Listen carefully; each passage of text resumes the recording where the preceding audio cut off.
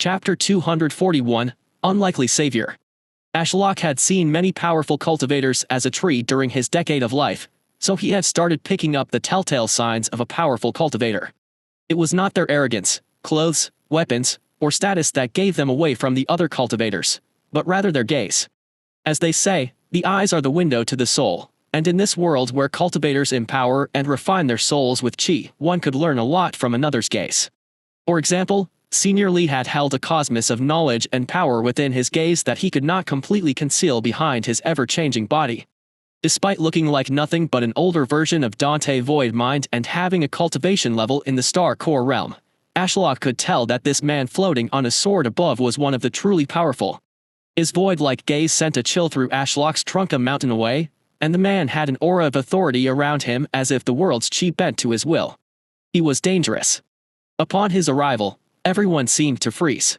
Even Stella didn't move a muscle under the Void Mind Grand Elder's scrutinizing gaze. "You heaven-loving bastards," the man said with a chilling calmness. "We still have 2 months until the agreed-upon start of the war. For you to come here and attack my home so blatantly, you must be tired of living." He then looked at Stella, standing beside Zeus and still wearing her white mask, obscuring her facial features. "Tell me who you are, girl," the man demanded. "I don't recognize you, and you seem short for a member of the XKARNATION family. Are you hired muscle to control this strange golem?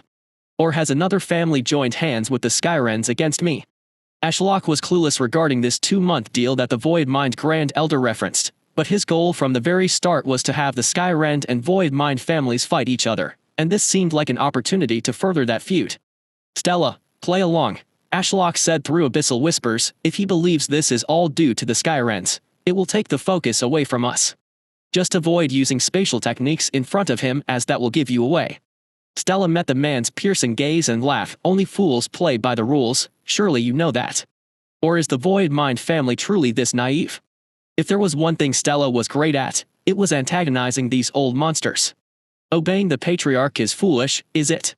Then, I suppose you and your family can contemplate your betrayal in the afterlife when he receives my message and leaves closed-door cultivation in a bad mood. Not that you will be there to see it, of course." With those words, the void lance that silently floated overhead shot down toward Zeus at a flick of the man's finger.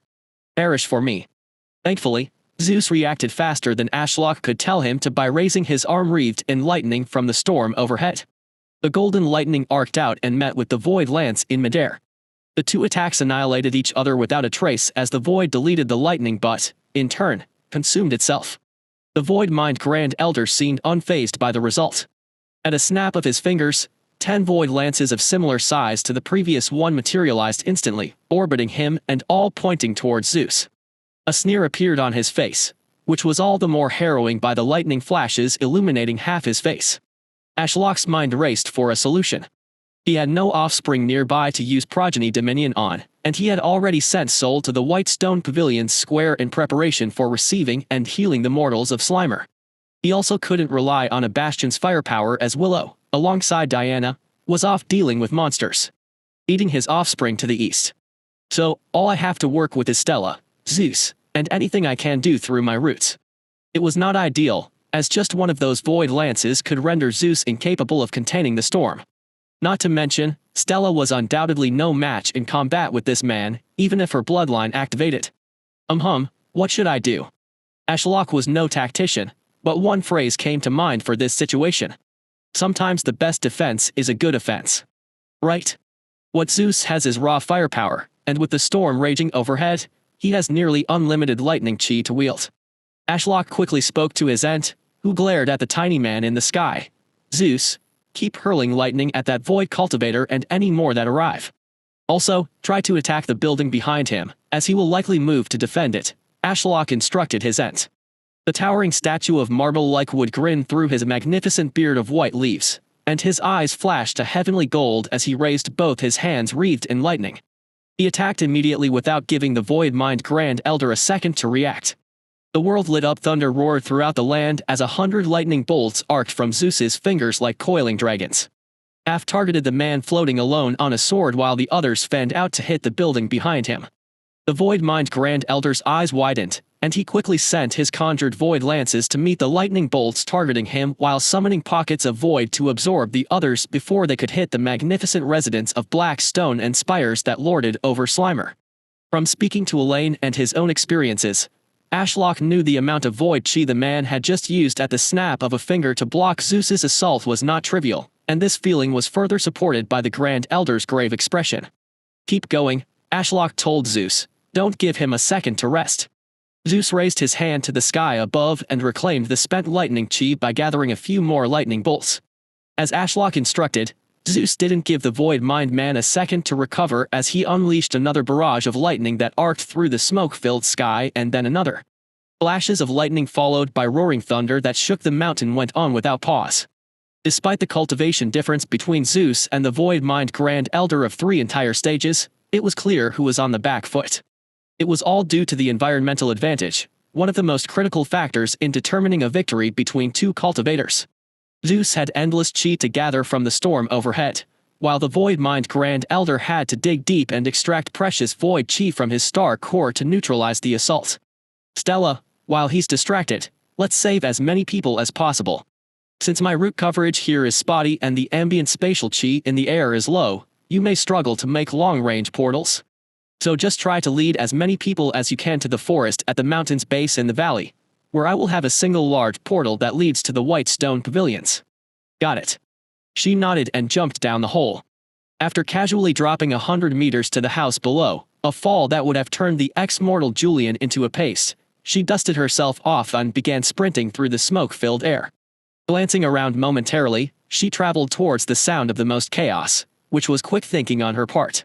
This content has been misappropriated from Royal Road. Report any instances of this story if found elsewhere. Once Stella was far enough from the battle between Zeus and the Void Mind Grand Elder, she began to use portals to teleport across the aflame city.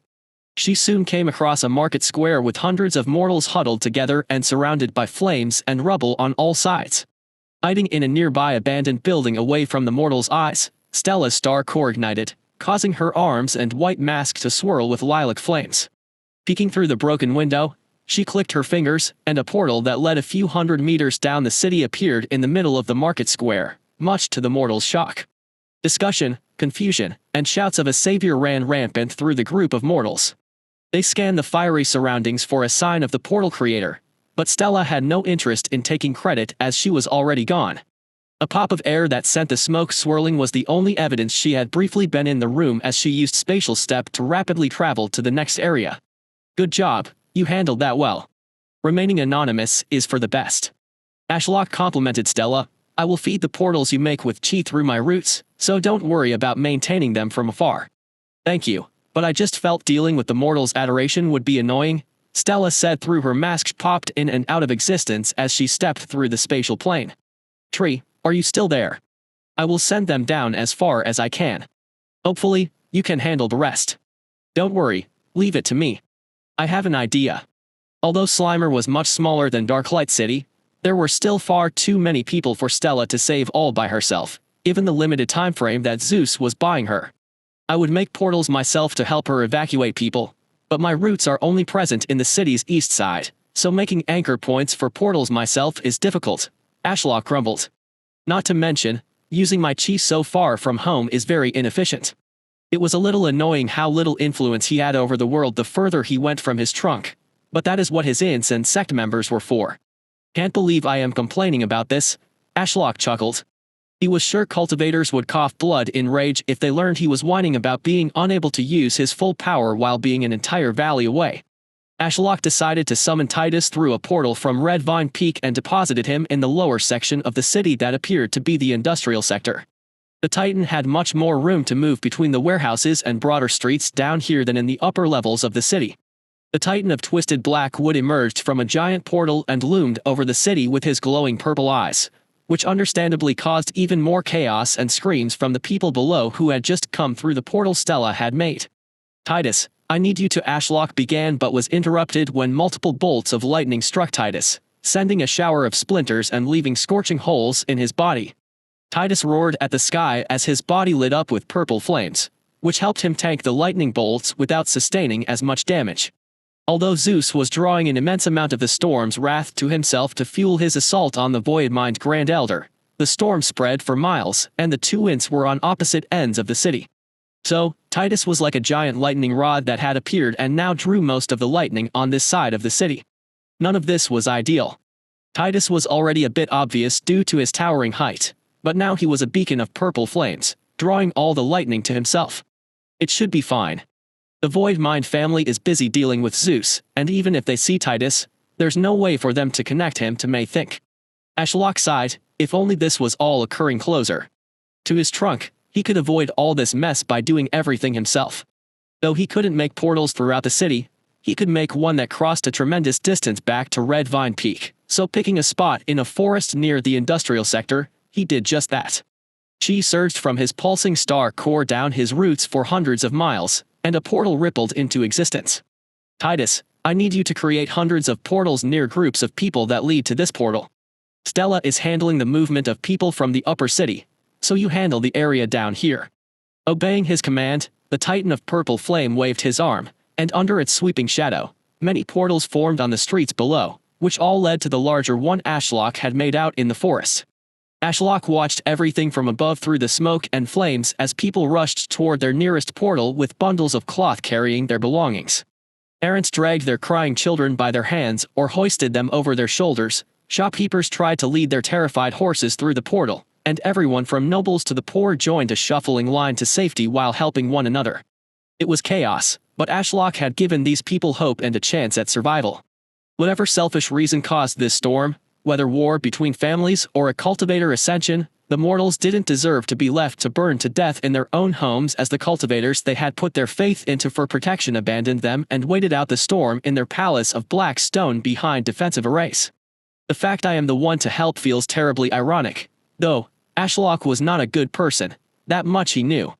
He was a man-eating tree that grew in power through the death of others and had done many atrocious things, such as using people's corpses as puppets to write words in their own blood. Many hours passed, and the skies darkened over Red Vine Peak. Thousands of mortals were gathered in the large square surrounded by white stone pavilions. Members of the Red Cloak family stood in the streets leading off from the square, providing answers and food to those who asked and making sure nobody wandered off. That should be the last of them, the Red Cloak Grand Elder declared after poking his head through the large portal that dominated the center of the square. The stream of people had died down to a trickle at this point, and as benevolent as Ashlock was feeling today, he wasn't thrilled about wasting any more chi to save a few stragglers, and the longer the portal remained open, the greater risk he was putting on himself and his precious sect. Not to mention, the sun was soon setting, and he was looking forward to a long sleep under the 9 moons to recover the chi he spent today. I will be closing the portal in a minute, Ashlock told the Grand Elder as his vision blurred back to Slimer. The storm was still raging on and, if anything, had become even more ferocious. Yet all that lay below the heavens' wrath was a deserted burning city. Smoke swirled through empty streets filled with rubble from shattered spires and discarded belongings left behind in the rush to escape. The destruction was unlike anything Ashlock had seen before, and the speed at which it had occurred was frightening. Is this what Darklight City could have become without my sacrifice and cursed sap turning the Tao storm into a beautiful forest of scarlet trees? Ashlock wondered. If this storm truly was the work of the Skyrend family, perhaps they deserved the fear and recognition they received. Even with Zeus, Ashlock was uncertain of shielding millions of people from a storm of this magnitude. My lightning resistance fruits would be near useless in the face of this, Ashlock mused as he scoured the city and soon located Stella near Titus in the lower section of the city. Her blonde hair was dyed an ashen gray from the smoke, and she looked exhausted. Thanks for your hard work, Stella, Ashlock said in her mind. You did a great thing today by helping these people. But the skies are darkening, so I believe it's time we left. It's been that long, huh? Stella looked up at the sky. Your thanks are unneeded. I didn't do that much. I just opened a few portals and ran around. Ashlock laughed. I doubt the mortals would agree if you walked through that portal to the white stone pavilions and told them what you did for them. Stella eyed the portal and furiously shook her head. Nope. Absolutely not. If you dare tell them of my involvement, Tree, I will never help you like this again. Relax, I was joking, Ashlock reassured her and summoned a portal that led to Red Vine Peak instead. Go through this one and have a good rest. You earned it. What I need is a bath, Not rest, Stella grumbled as she walked through the portal, and despite her dismissiveness, Ashlock could tell she was in a good mood by the slight spring in her step. Titus soon followed behind Stella, and with that, Ashlock closed both portals. All that was left for him to do was have Zeus retreat. The only issue was the grinning Ent of Whitewood was facing off against not only the Void Mind Grand Elder but also a few elders that had come to assist their leader, and he was somehow winning. Chapter 242, Master Manipulator. The Void Mind Grand Elder gnashed his teeth as he consumed more painstakingly gathered chi to defend the Void Mind residents from the Skyrend family's assault. He had never been so enraged in all his life, and he also couldn't remember the last time he had felt this pressured. The defensive array that protected the Void Mind residents had ceased operations a few hours ago because it had burned through all their spirit stone stores. Something he found unbelievable. Even with the scale of this storm, there should have been enough to last at least a full day, so someone is stealing our spirit stones. But who? The culprit would remain unknown for now, and he didn't have the spare manpower to go hunting for them. Right now, the highest priority was protecting the residents from destruction. He didn't care for the stone building or the mortal servants inside. His family mattered a little more, but even they weren't the ones he was burning his cultivation to protect. Night was something far more critical of many arrays that ran through the entire building structure. Every array, including the chi gathering and defensive ones, had been constructed by the family's array master in the past. However, the man had succumbed to the passage of time due to their family curse, which prevented them from reaching the nascent soul realm and died just before the last beast tide. So, if these arrays were destroyed, nobody in the family was trained enough to replace them. If word got out that their arrays were inoperable, they would come under attack and could not recover any spent chi or advance their cultivation. After expending some chi to block another barrage of lightning, the Grand Elder glanced to his side where 4 other elders of his Void Mind family stood upon ornate swords of dark steel. 2 were his younger brothers, and the others were his cousins. Void Chi was known to twist people's personalities and make them cold and selfish to others, so he had never gotten along with any of them, but it was still putting him more at ease to have them floating beside him. If only they were as strong as my brother, who supposedly ascended. His eyes flickered to the white wood golem wreathed in heavenly lightning. By his estimations, it was somewhere near the upper end of the star core realm, so none of the elders floating beside him would stand a chance against it. He also didn't trust them to successfully block an incoming barrage from obliterating their residents and arrays, so they were locked in a stalemate. I can't lose any more elders after Dante got 3 elders killed at the Darklight City Alchemy Tournament. Chi can be recovered within months, but raising another elder to the star core realm will take decades and an absurd amount of resources. I'd rather wait to see if this storm ceases and that golem loses its chi source than send in my elders on a suicide mission against it. His star core silently pulsed as he dug deep and extracted more void chi to block another round of lightning. There was hardly a 10-second gap between each assault, and he had long given up on wasting chi to fight back with void lances as a dense field of lightning surrounded the golem and made hurting it from range nigh impossible. Elder Dimitri, has the Patriarch still not responded? He shouted over the roaring thunder to his brother, floating on a dark steel sword beside him. Dimitri shook his head. The disciplinary committee has passed our report of the Skyrend family breaking the rules to the Nitros family. And what about the disciplinary committee? The Grand Elder insisted. Will they send anyone? Sadly not. I was informed that this is a matter beyond the disciplinary committee's jurisdiction, so all they can do is send someone to go and question the Skyrend family for clarification on the matter. Dimitri paused as he and the Grand Elder blocked another round of attacks from the golem. However, we will be informed the moment the Patriarch leaves closed-door cultivation. Good. Make sure I am informed the moment we hear any news. The Grand Elder flicked his wrists to summon the most chi-efficient defense possible to block another round of lightning. This is getting tedious. When will this wretched storm let up? There's no way the Skyrend family can orchestrate such an assault without me being able to perceive them. This situation is strange. Too strange. Dante's doubts about this being an attack from the Skyrends did echo in the back of his mind, but an ascension seemed far too unfeasible. His gaze pierced the ashen clouds overhead, and he noted that the end of the day was drawing near. Without the defensive array, he estimated he could keep up this defense alongside the other elders for a few more hours. I wonder what happened to that girl with the white mask.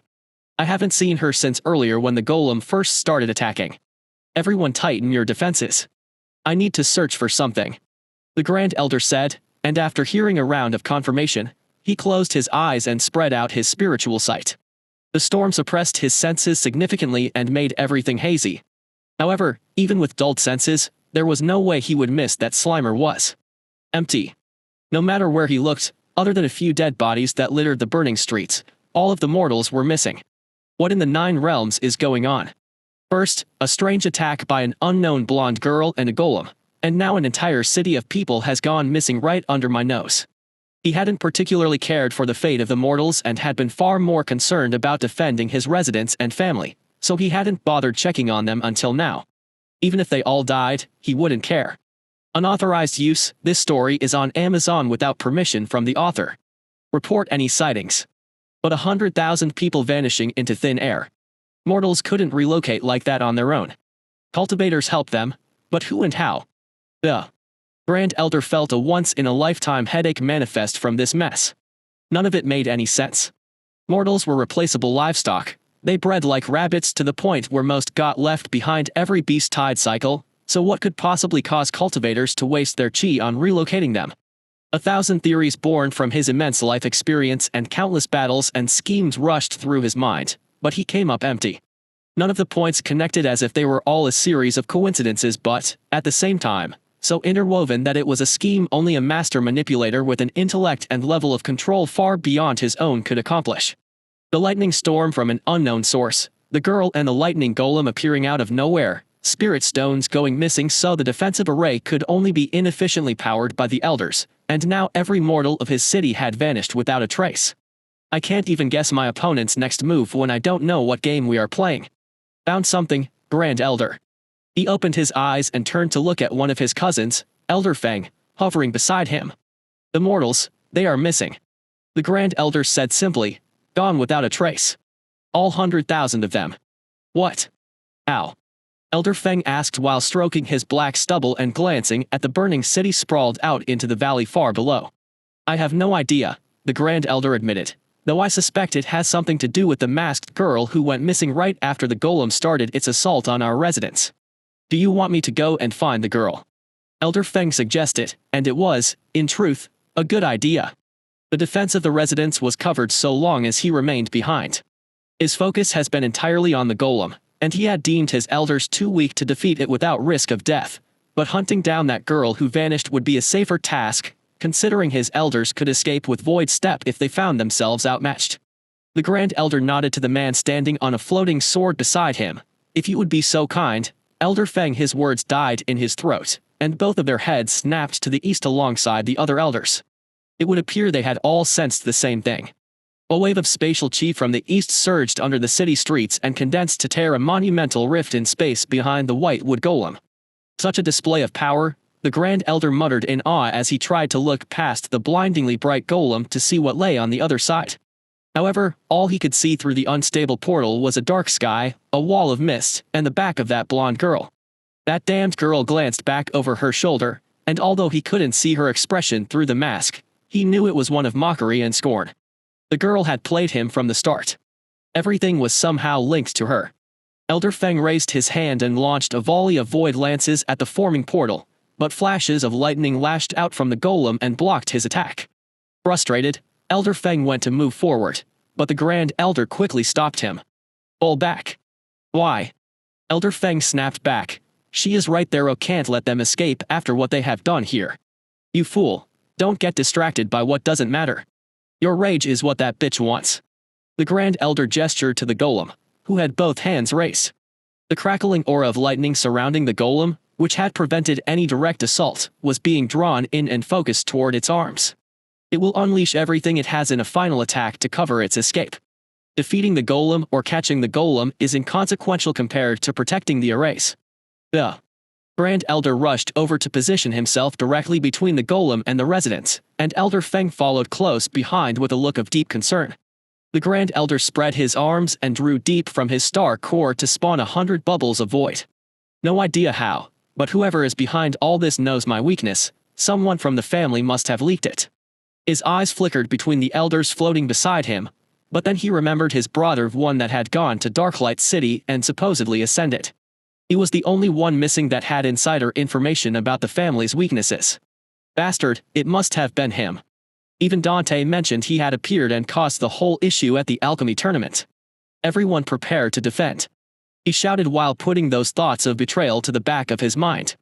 The elders, who knew how grave the situation had become, followed without refute. Months' worth of chi was expended to create a practical wall of void. As the Grand Elder watched the golem step back through the portal, the darn thing grinned at him as the world went white. A spectacular display of lightning, resembling a colossal, shimmering wall, streaked across the smoke-laden sky. Then, as quickly as the assault began, it was gone. Consumed by the void, and with it, the giant portal snapped closed to Golem and Girl were also gone. Despite the antagonist's departure, silence did not grace the land as the storm overhead continued to rage on, and without the Golem concentrating the heaven's wrath to fuel its attacks, the lightning strikes once again bombarded the aflame city and mountain. So they weren't the ones maintaining the storm. At least with them gone, I can begin an internal investigation and maybe connect more dots. Elders, keep up the defense of the residents, the Grand Elder said as he tilted his sword and whooshed through the smoke-filled air back to the Palace of Black Stone. Nobody leaves until I have completed my investigation regarding the missing spirit stones and leaking of insider information. If I hear that any of you went elsewhere, I will assume you have betrayed the Void Mind family. Ashlock closed the portal the moment Zeus made his way back to Red Vine Peak. The plan had certainly gone less than ideal, but considering nobody died and he completed his objective, he could hardly call it a failure either. Well, he looked rather angry. Stella laughed as she removed her mask and ran her hands through her hair to extract some of the ash. Is Diana around? I need her to help wash out this filth. She left with Willow this morning to kill some monsters in the eastern forest, Ashlock said while yawning. His acts of heroism had exhausted him, and he wanted nothing more than to sleep under the 9 moons. They should be back before the opening of the Mystic Realm in 2 days. Ugh, guess I'll do it the old-fashioned way with a cold river. Stella clicked her fingers as a portal to the cavern below appeared. See you tomorrow, tree. Have a good sleep. Oh, and don't come looking for me, I will be practicing alchemy. So. Bye. And with that, she was gone. That's weird. Why did Stella seem in such a hurry? And can't she just burn the ash away with her soul flames? Ashlock pondered but then realized the reason. She was avoiding addressing the elephant in the room. Or town square, to be exact. There were thousands of mortals rescued from Slimer awaiting direction. Ashlock sighed as he looked at the cloudless, darkening sky. He had a headache from micromanaging the escape of thousands of people, so the last thing he wanted to do right now was deal with it anymore. I am sure the Redclaw Grand Elder has it under control. Ashlock made the decision that he would deal with this tomorrow and promptly fell into a deep and well-deserved slumber. Chapter 243, Ashfallen City. Ashlock stirred awake at the first light and felt revitalized from a night under the 9 vertical moons. They remained a mystery to him. The lowest moon that kissed the horizon still shimmered with a purple hue and bathed him in spatial chi-filled moonlight, while the other 8 moons remained as dull as the day he had first seen them. Idolatry daily sign-in system. Day, 3588. Daily credit, 25. Sacrifice credit, 1095. Sign-in. As usual, his idol's system reminded him that it existed with its daily notification. The Mystic Realm opens tomorrow. Ashlock yawned as he felt the morning sunshine warm up his leaves in this cold weather. Has it really been 25 days since I last signed in? Have I really resisted my gambling urges for that long? It was very tempting to spend those 1,000 credits he had saved up, as it was sure to give him at least an A-grade draw, which would have been game-changing in the past. Yet, nowadays, a random A-grade draw wasn't going to save him, but another bastion or being able to use dimensional overlap to gain the environmental advantage over a foe could be the difference between life or death. Not to mention finding corpses with a cultivation level near my own is growing increasingly more difficult, so I can't waste my precious credits on fun draws. Ashlock mused as he dismissed the notification. At least the Mystic Realm gives me a chance to find stronger monsters from upper realms, and I should be able to enter the Mystic Realm at least twice this time due to Nocturnal Genesis giving me a way to heal soul damage. Ashlock continued to bask in the morning sunshine momentarily as his massive body finally caught up with his mind and kicked into gear. The slothfulness of a tree was not to be underestimated. Finally leaving the comfortable darkness of his consciousness and using his spiritual sight to observe the world around him, he almost shouted in surprise. Standing before his trunk with a solemn expression was a man he never expected to greet him in the morning. Grand Elder. What are you doing here? The man standing in respectful silence with his back slightly bent toward Ashlock's grand trunk that towered over him was startled by his voice through a speeceful whispers. Recovering from shock, he threw himself into a full-on bow and didn't dare take his eyes off the floor. Immortal, I apologize for seeking an audience with you first thing in the morning without being summoned, he said quickly while keeping his tone respectful, but I wasn't sure what to do. I seek guidance regarding the mortals and what you wish to do with them. I tried to find Mistress Stella and Diana, but they were nowhere to be found, so I came here. For the Grand Elder to come all the way here and wait under his shade for him to awake had never happened before, so it must be a rather pressing matter. Diana is off to the east dealing with monsters for me, and Stella is hiding underground practicing alchemy, Ashlock replied. It was almost an art form of how Stella could predict future social interactions and avoid them hours in advance. Now, he was left to deal with it. That aside, I believe I already informed you what to do with the mortals. I told you to inform them of two options. They can restart their lives in Darklight City or take the first airship back to Slimer once the storm ends. So what could be the issue that you come seeking me out like this? The Grand Elder gulped. Well, you see, the problem is. You can raise your head, Grand Elder, Ashlock insisted, as it felt weird for a man centuries older than him to be bowing to the floor like this. Also, speak more casually. I am grumpy. In the morning and was surprised you came here, so ignore my tone. Oh, I see, thank you. The Grand Elder straightened up and looked less worried. No matter the issue the man was facing, it was because of Ashlock's selfish act of heroism that he had pushed onto the Grand Elder and fallen asleep, so it would be pretentious to make the poor man bow. Ahem, where was I? Oh yes. The Grand Elder raised his hand and coughed awkwardly. Everyone but a select few nobles wished to remain here and restart their lives in Darklight City. That was surprising. Ashlock had been worried that these people would be hopping onto the first airship home even if nothing but a destroyed Slimer awaited them. At least that is what people did back on Earth. Is a mortal's attachment to a home much less in this world? Is real estate less valuable due to the beast tides and cultivators? That aside, the fact everyone wished to remain was indeed worrisome.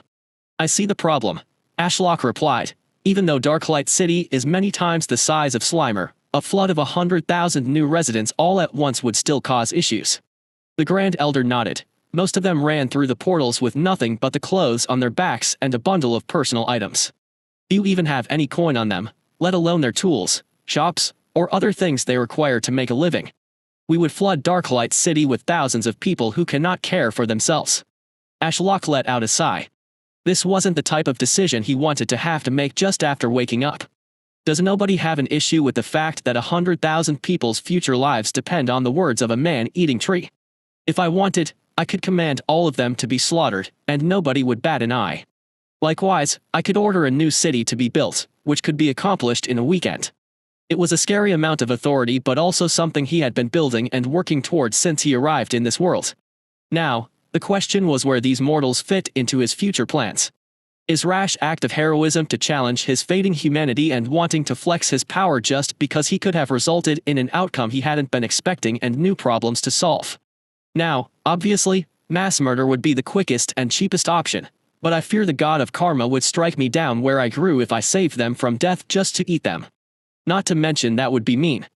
Ashlock mulled over other options. I suppose it would be fine if a smaller portion of them entered Darklight City. Perhaps around 30,000. Or at least those who could find employment quickly so they don't burden Darklight City. But then what am I to do with the other 70,000 people? This tale has been pilfered from Royal Road. If found on Amazon, kindly file a report. At this moment, Ashlock frankly had no use for that many mortals. Other than their excrement for nutrients, the cultivators currently under the banner of the Ashfolan sect could do the work of all those mortals faster and better. For example, Douglas alone could create a building in a minute, which might take a team of 100 mortals years to build. The difference between cultivators and mortals really was as vast as the distance between the sea and the skies. However, even if the mortals are weak, they aren't like humans back on Earth. They still have some chi in their bodies and are conditioned to being at the bottom of the food chain. As my mother would say, they are a bunch of tough cookies. I'm sure if I gave them a plot of land somewhere safe and lent them the mud cloaks and Douglas for a while, a shabby city for that many people could take shape. Ashlock couldn't believe his thinking, but it was that simple. All he had to do was say a few words to a few people, and the lives of thousands and their future generations would be affected. I remember being told that mortals in this world had as many children as possible, hoping that one of them would be born with talent, also known as formed enough spirit roots to attempt the path of a cultivator. But it was also because there were no disadvantages to having many children in this world.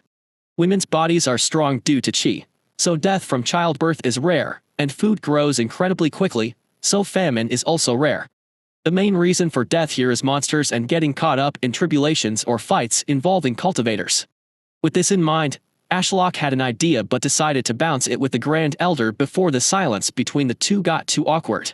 The mortals all want to restart their lives in Darklight City, but we can't let all of them go there. So what if we used the red clothes to filter through the mortals? Those with easy-to-employ jobs, like bartenders or cooks, are handed enough money to survive a week, and we send them to live in Darklight City. Ashlock had lost track of how much money was worth in this world, so he left it up to the Grand Elder's discretion as he would know more about the expenses of the mortals under the Red Clothes rule than he did as a tree that had never had to buy anything in his life. Grand Elder, as someone more well-versed in the life of mortals than I, how does this idea sound? And the others? The Grand Elder asked. What should we do with them? You know that flat area north of your mountain? Near the entrance to the mine. Ashlock said. He had briefly considered an ideal location to found a new city, and that seemed like the perfect place. It was relatively flat, the trees in that area had already been removed, and a road led straight to Darklight City. A river flowed down from the mountains, and it was well hidden from the rest of the world so any passing cultivator wouldn't see it as out of place. Yeah, what about it? The Grand Elder inquired. Do you think we could create a new city there for the rest of the people? The Grand Elder rubbed his chin in contemplation for a moment. Despite his youthful appearance due to the skin improvement truffle, he still had the mannerisms of an old man. You have the manpower and resources to undertake such a project? The Grand Elder asked after a while. Building a city is a chi-intensive endeavor. Ashlock thought about the thousands of mudcloaks he had living inside the Red Vine Peak Mountain. They were busy little fellas and already had a lot of work on their plate, but if they worked together with Douglas and he assisted them with telekinesis, he was sure they could make a basic city within days. There are thousands of earth cultivators under the Ashlock sect that could create basic housing, Ashlock said, but kept it vague as explaining the mudcloaks and their origins was too troublesome. The location also has access to clean water, and I can have food sent over. So all of the mortals' basic needs would be met. In that case, I have a different proposition if you are willing to hear it. By all means, go ahead. Ashlock insisted. The Redclaw Grand Elder would likely know the best course of action here far better than he did, as this old man oversaw much of Darklight City's operations and sometimes met with their mortal council to decide things. Well then, forgive me for being honest, but we are a poor sect. Even if we only sent a third of the mortals to Darklight City with merely a week of living expenses, it would bankrupt us. The Grand Elder shook his head in shame. Our most reliable income stream thus far has been robbing other cultivators, and ventures into selling pills have been unsuccessful, to say the least. Ashlock hadn't been ready for the Grand Elder to lay it out so bluntly like that, and the worst part was how true it all was. The Ashfolin sect was powerful, held authority over millions of mortals, had access to unmatched cultivation resources, and even tailored pocket realms. But despite all these advantages, they were flat out broke. That might be due to some mismanagement here and there and some questionable decision-making, Ashlock admitted. He wasn't one to point fingers. Mainly because he didn't even have fingers, but that was beside the point. As far as he was concerned, everyone was at fault. But you are right, so what do you propose? Why even bother sending anyone to Darklight City? Offer them housing in the new city, and if they save up and wish to move to Darklight City, it's a simple hour walk down a road. The Grand Elder explained, you may not know, but mortals are nomadic. They move to where there is opportunity and safety compared to us, who prefer to stay and cultivate for decades at a time in one location, wherever the chi for our chosen affinity is strongest. Then we go seeking danger to increase our strength. Ashlock did, in fact, know that humans were usually willing to move to seek better economic opportunities and safety as it happened back on Earth. Still, he wasn't about to expose that. Interesting, and this way, we don't have to give out any money and potentially flood or cripple Darklight City's economy. Correct. The Grand Elder nodded. Did you have an idea for the city's name? Well, we have the Ashfolen Sect and Ashfolen Trading Company, so to keep it simple, how about Ashfolen City? That works. Okay, I will send over the Earth cultivators and have them turn that area into an empty city that all 100,000 mortals can move into. I'm sure it will be chaos for the first few weeks, but things should settle down eventually. Ashlock instructed, and shut down the airships leaving Darklight City for the next week or so. I don't want word of what happened here to reach the Void Mind family yet. What about the nobles that wished to return? Just tell them that the airships cannot travel due to the storms. Maybe they will be won over to stay once they see Ashfolen City. If not, they can return when everything has died down in a few weeks. Maybe I will get them to sign heaven-approved contracts to keep their silence. Understood. I think this is a solution the mortals will be happy with. If that is all, I will take my leave as the people grow restless for answers. The Grand Elder bowed and summoned his sword in a flash of silver, which he then threw down to stand on. No, that is all. Thank you for the hard work, Ashlock said as the Grand Elder took to the skies and rocketed toward the White Stone Palace, leaving a trail of crimson flame as he went. Ashlock let out a sigh as he surveyed the now deserted mountain peak. He didn't even want to glance at the white stone pavilions to see what chaos 100,000 mortals had caused overnight. Luckily, I can push the work onto my favorite handyman. Ashlock's vision traveled through his roots to search the citadel that spanned the center of the mountain. Progress of its construction was coming along nicely, with the staircase reaching near the top and many rooms being built into the rock. Mudcloaks excitedly rushed around with clumps of moss in their hands that they ripped pieces off to nibble on occasionally while they worked. Soon enough, Ashlock located their king with his crude crown of stone. Douglas, I have some work for you. Ashlock saw the man's eye twitch, likely in annoyance. With a sigh, he looked up at the sky. Yes, Patriarch. Ow. May I be of assistance? I need you and the Mudcloaks to build me a city to the north for 100,000 mortals. Douglas crouched down and patted a Mudcloak on the head. I hear voices in my head that are saying impossible things. Do you think I should ignore them, little guy? The Mudcloak shook its head and began chanting happily, work. Work. Work. Douglas groaned and stood back up. A city to the north, you say? How long do I have? Ideally, by tomorrow. Unless you want its construction to cut your time in the mystic realm that opens tomorrow. Well, fuck's sake, Douglas cursed. What are we waiting around for? Let's go.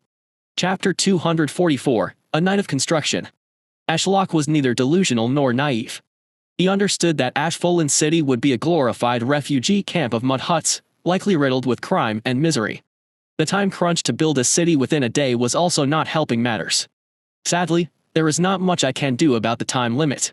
Ashlock had flown over the white stone pavilion square with Eye of the Tree God and seen the state of matters there. Even with the red clothes bathing the area in fire chi to warm the air and the mortals of this world being more resilient than those on Earth, it was still early winter, and they were thousands of meters up on a mountain. It wasn't a place for mortals to camp out in the open, so getting a place built down on land within a day was so Douglas could have his full time in the mystic realm and hopefully avoid any deaths among the mortals due to the environment they were subjected to.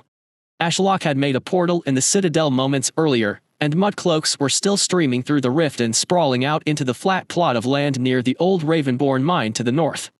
Okay, Douglas, until sunrise tomorrow, I need you and the Mudcloaks to make the most basic stone houses you can for 100,000 mortals. Ashlock spoke into the man's mind as he surveyed the dreary and empty space. Do you think that is possible? How basic are we talking? Douglas asked, and do you want them above or below ground? A stone box with 4 walls and space for a door should be good enough, and what do you mean above or below ground? Does it make a difference for you? Douglas nodded. It does. The stone has to come from somewhere. So if I make a building above ground, I have to pull stone from below, but I can't leave a dead area underground, so I have to fill the hole with even more stone.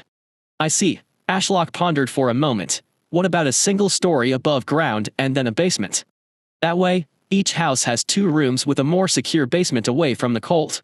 Also, that way, you don't have to waste as much chi on filling up the area below. Yeah, that could work. Douglas drummed his fingers on the top of his walking stick as he continued to look around.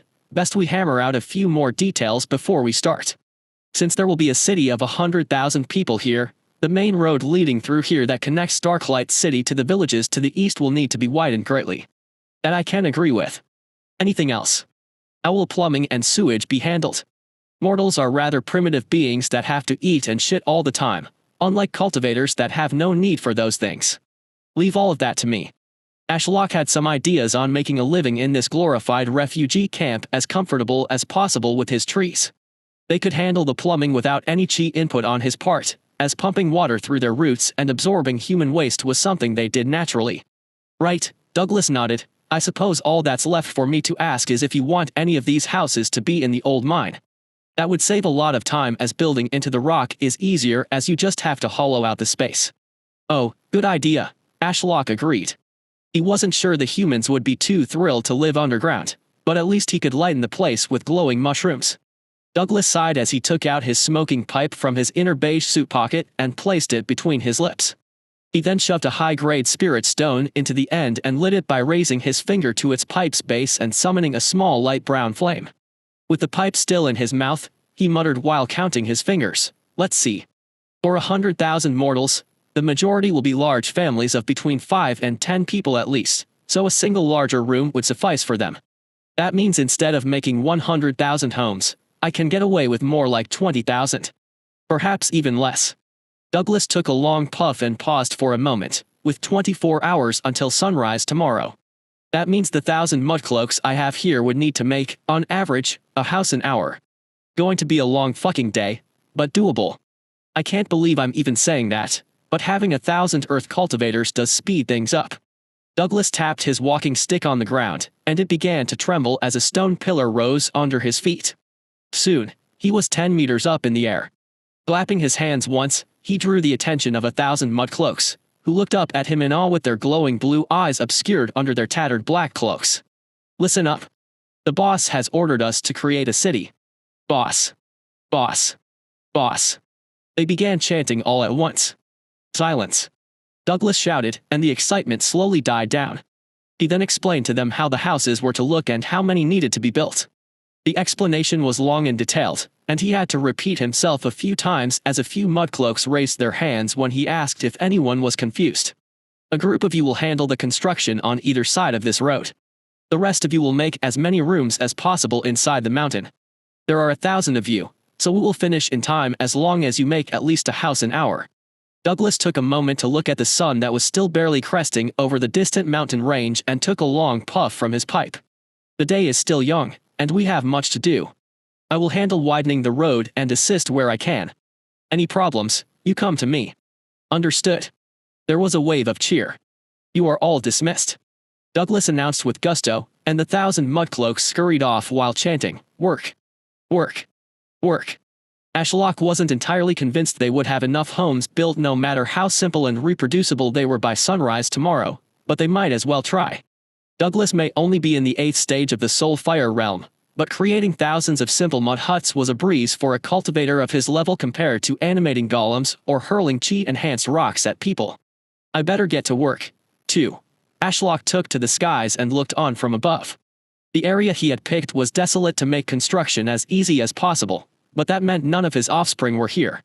So long as I move and replant as many trees as possible today, I can fuse my roots with them overnight and then use magic mushroom production and blooming root flower production to grow mushrooms and flowers on them to liven this place up and give the people a food source. If you spot this story on Amazon, know that it has been stolen. Report the violation. Ashlock's plan was relatively simple as he had already seen some success with the bland-tasting oyster mushrooms in Darklight City, which glowed a pale green in the dark like street lamps, cleaned the city's polluted air, and provided a food source to those who needed it. So, alongside those mushrooms and other flowers, to make the place less depressing, he would pump water to every home through his roots from the nearby river, and his offspring would also absorb any human waste and convert it into nutrients. It wasn't a perfect solution, but he was confident it was better than whatever plumbing they had used in Darklight City. Due to the acid that his offspring naturally secreted to dissolve literal monster corpses, bones included, breaking down and absorbing human waste in hours was possible.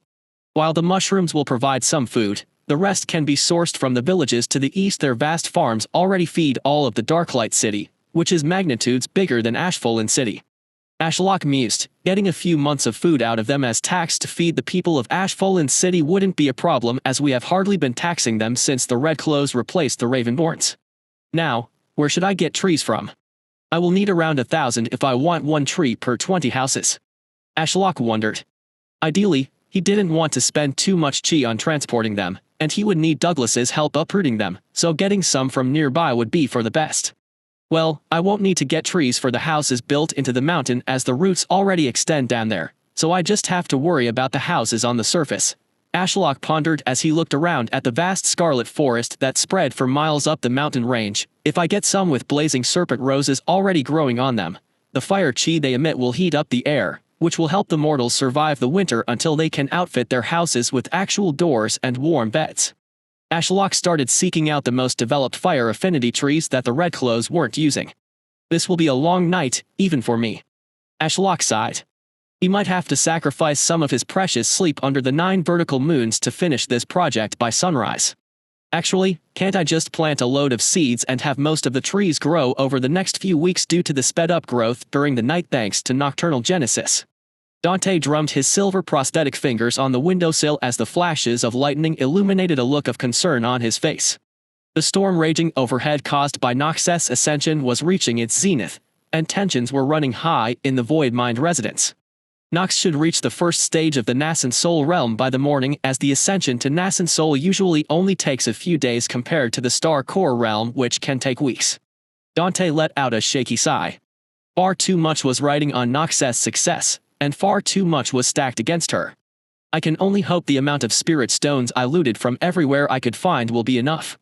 Dante knew that to reach the Nascent Soul realm, a cultivator would usually overload their soul with chi, and once it was too much to handle, their soul went through a controlled supernova. If the cultivator somehow survived blowing up their own soul, they had to reform their soul and create a new infant soul out of the excess chi within their body. To say the survival rate of those trying to reach Nascent Soul realm is high would be the greatest lie I have ever told. Though Knox has a slight advantage on that front since she created her infant soul ahead of time and confined it to her shadow. If only it wasn't cursed.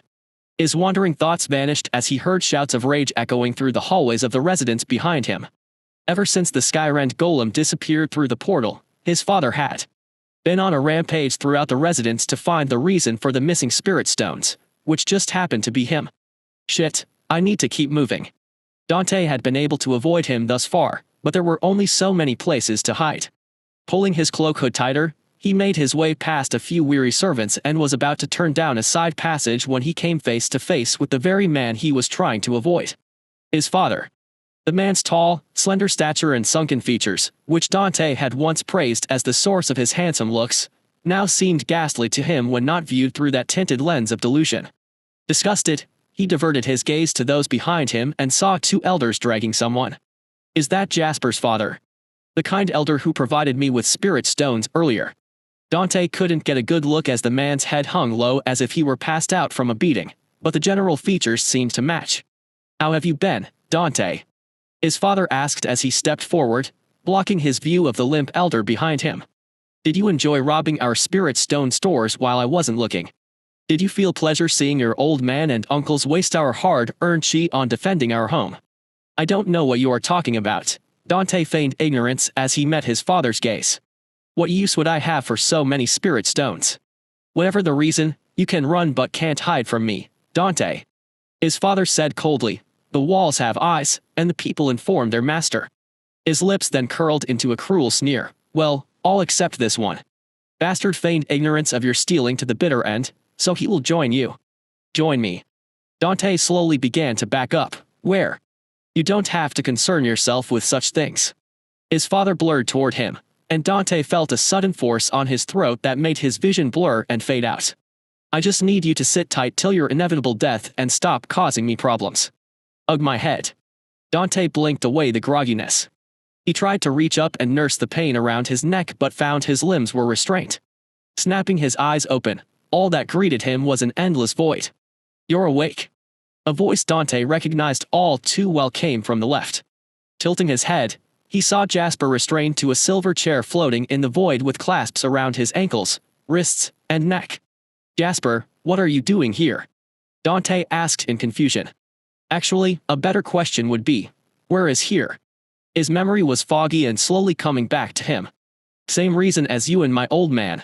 Jasper sighed as he looked back at the void sky. Your father apparently didn't appreciate being stolen from, so he has locked us up in a void chamber. Your old man. Dante looked to the right, and sure enough, the elder who had given him the most spirit stones and promised to keep his mouth shut was restrained in a similar contraption. The elder looked roughed up, with his robes being partially torn and blood dripping from the corner of his mouth. Is he going to be okay? Dante asked with concern as he turned back to look at Jasper. He felt terrible for dragging the old man into this mess, but what was he supposed to do? Knox needed spirit stones to complete her ascension, and the elder was the only one who promised to keep his mouth shut. So Dante returned multiple times to get as many stones as possible. Okay. No, Jasper's tone was dull and lifeless. My old man and I are only still breathing so the Grand Elder can torture us for information before slitting our throats. Jasper tilted his head against the neck restraint and had a look of despair in his gaze as he looked at Dante. I don't want to die, Dante. I really don't, but no matter what happens, don't tell him the truth about her. She is our only hope for revenge. Judging by Jasper's being vague about Knox, someone was likely listening to their conversation. I promise, Dante nodded despite the cold silver restraint digging into his neck, but why go so far? I was the one who dragged you into this mess. Jasper laughed. It was a mixture of madness and despair. Why indeed? That is the question I am asking myself at this very moment, but now, much like yourself, my death is sealed. Mine just happens to be more imminent and with the promise of pain to send me off to the afterlife. Don't be so sure, Dante replied, trying to keep it vague. So long as she prevails, our deaths may not be assured. TSK, Jasper clicked his tongue, you and I both know that's a long shot. Assuming the storm concludes tonight. That means Knox will have reached Nascen's soul realm. After that, she would need a few days to consolidate her cultivation base enough to fight. Dante gritted his teeth. He refused to die such a miserable death. There's still a chance we can escape, and I can begin my new life in the Tainted Cloud Sect. Come on, Knox, don't let me down now. Chapter 245, Rounding Up the Gang.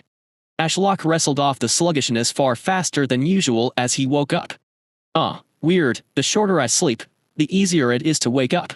That was almost the opposite experience of when he was a human. Staying up until 3 a.m. to wake up the next day for work as a software developer had felt like a momentous task on par with climbing Mount Olympus when, in reality, all he did was roll out of bed and sleepily make a coffee. He had never been a morning person. Idolatry daily sign-in system. Day, 3589. Daily credit, 26. Sacrifice credit, 1095. Sign-in. Ashlock noted that another day had passed and brought up his skill menu. Mystic Realm S unlocked. Sure enough, the Mystic Realm was unlocked, meaning he could activate it any time. I suppose I could delay it a few days if everyone is too busy doing things, but that feels like a waste. Better I check on everyone to see the situation before making decisions. Ashlock decided to seek out Willow and Diana first, as he hadn't checked on them ever since they left to deal with the monsters in the eastern forest. Using Eye of the Tree God, he briefly glanced over at Whitestone Peak, and after confirming nothing was on fire and the world hadn't ended, Ashlock's vision blurred as he rapidly traveled to the east over his route range. I feel so free. In the past, Ashlock had to use Progeny Dominion on Willow during the battle with Knox, as his roots didn't extend this far before. But now, after weeks of enhanced growth under the 9 vertical moons and using deep roots at its maximum capacity, his roots sprawled out hundreds of miles in all directions. Within minutes, Ashlock saw the still-growing scarlet forest in the distance, shadowed by a giant floating rock wreathed in spatial flames that looked like a magical asteroid. It was the Bastion, with Willow perched on top. On its surface were piles of corpses from monsters that Diana had likely slaughtered over the last few days. Sitting on the bow of the Bastion was Diana. Her legs dangled over the sides, and her raven wings rested on her back. She seemed to be taking a moment to enjoy the sunrise as she snacked on one of his fruits rather than slaughtering or cultivating. "Morning, Diana," Ashlock spoke in her mind. Diana yelped in shock and dropped the fruit in her hand at the sudden voice in her head. "Sorry for startling you. I can grow you another one." Diana looked down with a frown at the forest far below where her half-eaten breakfast had fallen. "No, it's fine. I have a few more stored away." Oh. That's good then, Ashlock sighed with relief. How did the hunt go? Did you manage to rid the land of monsters and cultivate the demonic mist chi you wanted? Diana gestured to the pile of dulled stones to her side. I'd say I got quite the haul. None were particularly strong, but I now feel closer to ascending to the second stage of the Star Core realm, and I stabilized my cultivation base. Oh. I also got you some snacks. You're far too kind. Though I'm sure Willow ate a few when I wasn't looking. Ashlock felt a wave of shame from the tree through their connected roots. I'm joking, Willow. You can eat as many as you want. Wait, are you happy now? How quickly did that shame vanish and hunger take over? Willow refused to answer about his fast switch up, but that wasn't important right now. Diana, you ready to go? The Mystic Realm opens today, and I am trying to gather all the Sect members. Oh, that was today. Then let's go. Nothing out here can compare to what lies in the Mystic Realm. Diana stretched her back with an audible pop and retracted her wings before standing up. Maybe I can go back to that temple of my ancestors and uncover more secrets to my bloodline while absorbing that succulent demonic mist chi. That would be ideal. Though, are you sure you have killed all the monsters here? I don't want my offspring to suffer in your absence. Yeah, they should be fine. Diana nodded. I even sprinkled some monster blood on your offspring to help them grow big and strong like Willow here. That's good.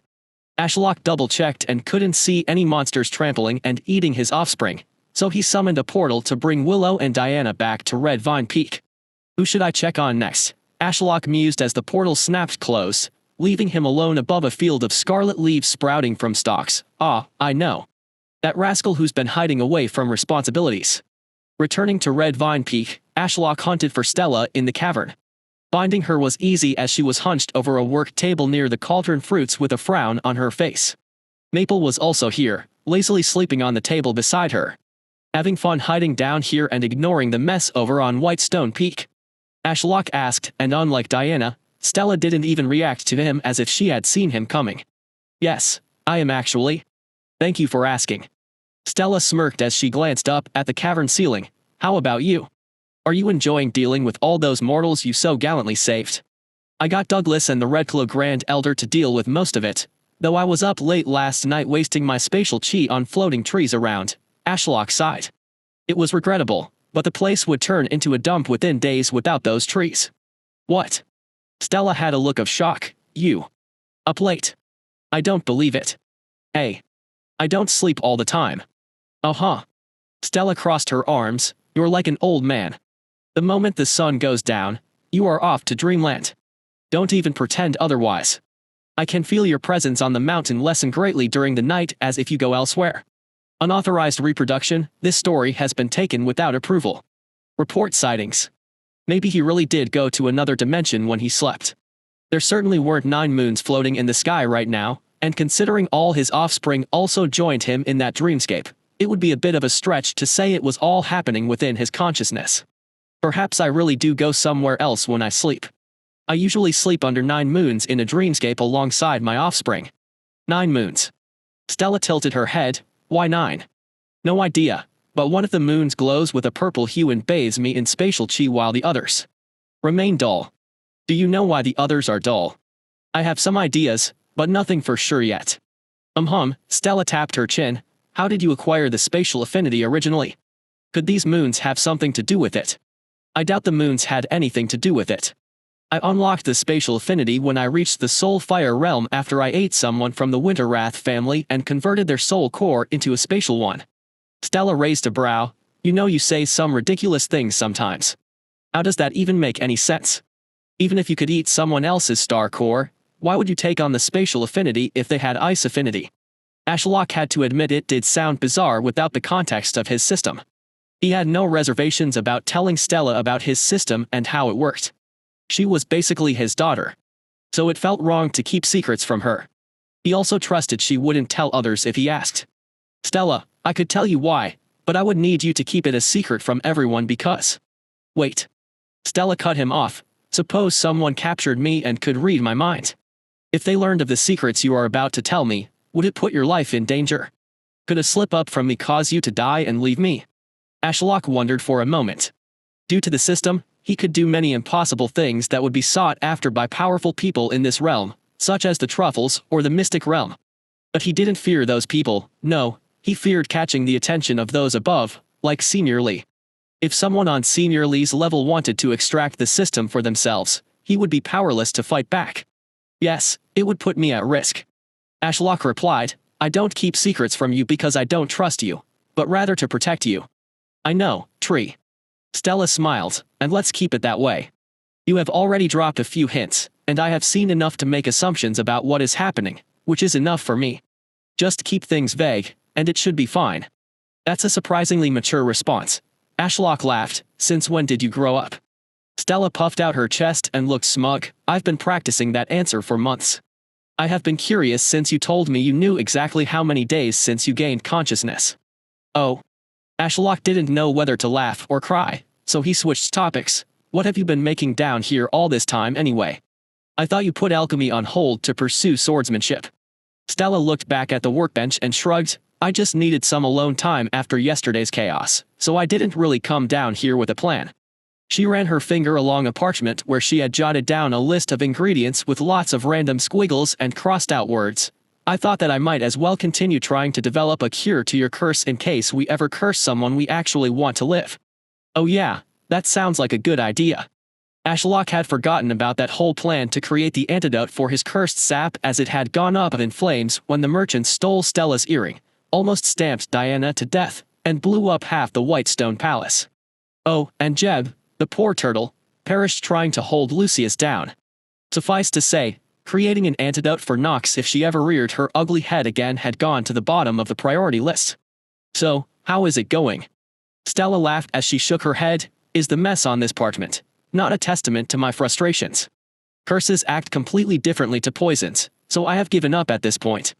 Fair enough. I suppose we can only hope Knox doesn't come demanding for one. Stella's expression turned dark. Forget the antidote. I would rather shove a blade through her heart and kick her off the side of the mountain. Not if I kill her first as payback for all the chi she made me waste and for stealing from my daughter. Ashlock laughed, but he was deadly serious. There were many things he could tolerate, but almost killing Diana and making Stella sad was a quick way to be put on his kill-on-sight list. Actually, talking of killing, the Mystic Realm is available again today. Are you free to enter with the others? Or should I delay it? Is that even a question? Stella perked up. How could hiding away down here compare to robbing those Azure clan bastards? Counter idea. How about we try not to antagonize the clan from an upper layer of creation that treats nascent soul realm cultivators as disciples this time? Ashlock kindly suggested. Just a thought. Stella rolled her eyes. Fine. You make a good point. But you have been engrossed by those books I looted, so you can't complain. Hey, I never complained about the books. Anyway, see you on the peak in a bit. I need to go check on Ashen City now. Ashlock realized he had wasted too much time having a fun chat with Stella, so he whizzed over to the construction site. Things had looked good when I went to sleep late last night. Around half of the homes had been built, and I had worked alongside Douglas to move over a few hundred trees. Ashlock mumbled to himself. Hopefully, the mud cloaks didn't start a revolt or something while I was asleep. To his relief, everything seemed fine. From his vantage point in the sky above the white stone peak, he could see the steep slope that even a cultivator would struggle to climb slowly flatten into the area above the mine. To speed up construction last night, Ashlock had suggested that instead of moving all of the demonic trees that grew on this part of the mountain down to the flatland, it would be better to leave some up there and simply build houses around those that remained. What resulted was the city being split into 4 areas. A few thousand homes were built upon the mountain slope, nestled among the trees with narrow roads leading down to the flatland and mine entrance, where a few more thousand had been built underground. The rest were made on either side of the newly widened road connecting them to Darklight City to the west, then the villages and farms in the east. This is where the majority would live and likely want to live as it is closest to the main road and doesn't involve living underground or on a mountain. Looks like there are around 20 houses surrounding each demonic tree. Ashlock noted some inconsistencies and some houses that seemed too far from a tree to get any plumbing. Which was to be expected. The city's planning had been slapdash from the start, so despite Douglas's best efforts to organize them, the mud cloaks were barely civilized monsters with a loose concept of a home above ground. Getting closer, he found Douglas surrounded by a group of mud cloaks watching the distant sunrise. They mostly seemed to have survived the grueling ordeal, though some of the mud cloaks were lying down and sleeping with their faces pressed against the dirt. "Seems you made it in time," Ashlock spoke in Douglas's mind, and the man with bags under his eyes took a slightly irate puff of his pipe. Breathing out the glowing blue cloud, he muttered, "So it seems. Ultimately, we built around 20,000 houses that should be stable enough to survive the winter. In the spring, the mortals can build their own houses or upgrade these ones themselves. Thank you for all the hard work," Ashlock said, and genuinely meant it. Douglas had proved himself to be an invaluable member of the Ashlock sect within months of joining. In fact, he might be the hardest working out of all of them. "Do you believe these are all ready to be moved into later today?" They should be," Douglas replied while puffing on his pipe. "So, is the Mystic Realm open yet?" "It's ready when you are," Ashlock replied. Bucking lovely, finally a chance to catch up to the others. Douglas put the pipe in his suit pocket after tipping out the spirit stone debris and gave the sunrise one last look. "Say, Patriarch, I have a request, and I hope you will honor it." Ashlock wondered what Douglas could ask of him. "What is your request?" "Could the mud cloaks follow me into the Mystic Realm?" Chapter 246, Heavenly Contract. Ashlock saw no reason to deny Douglas's request. If the mud cloaks advanced their cultivation in the Mystic Realm, future construction projects would be completed even faster. "I have no issues with that, but can I ask why?" Ashlock was curious why Douglas wanted to care for 1,000 mudcloaks, as he couldn't imagine their presence would make cultivation easy. It was on par with trying to meditate and relax while taking your kids to Disneyland. "They have told me stories of their home realm," Douglas said with a distant look. "The mudcloaks used to live together in a sort of city that spanned the entire continent, but then the kobolds arrived. These ferocious dog-like monsters have enough intellect to avoid the mudcloaks' traps and siege their defenses. While in the mines, I witnessed how outmatched the mudcloaks were compared to these kobolds. A single one could slaughter a whole group of mudcloaks with ease." Douglas paused momentarily before balling his fist. "I want to save them all. These guys are a mere fraction of the mudcloak population, and every day that passes, the other mudcloaks are fighting a losing battle. If I don't fight for them, then these will be the last of their species." "I see," Ashlock replied. "So you wish to enter Dragonite Mine's realm again to save more mudcloaks?" Douglas nodded. "Yes, and hopefully bring them back here where they can be safe. That's a plan I can get behind. Actually, I will even come with you this time. I can't have you waging a war against a superior enemy alone. I would hate for these mudcloaks to die trying to save their kind. You will come with me." Douglas raised a brow. "How?" "I will have Willow float overhead. All you have to do is get the mudcloaks to run above ground so I can portal them out." Ashlock explained. "Of course, my bastion will be useless underground in the mines."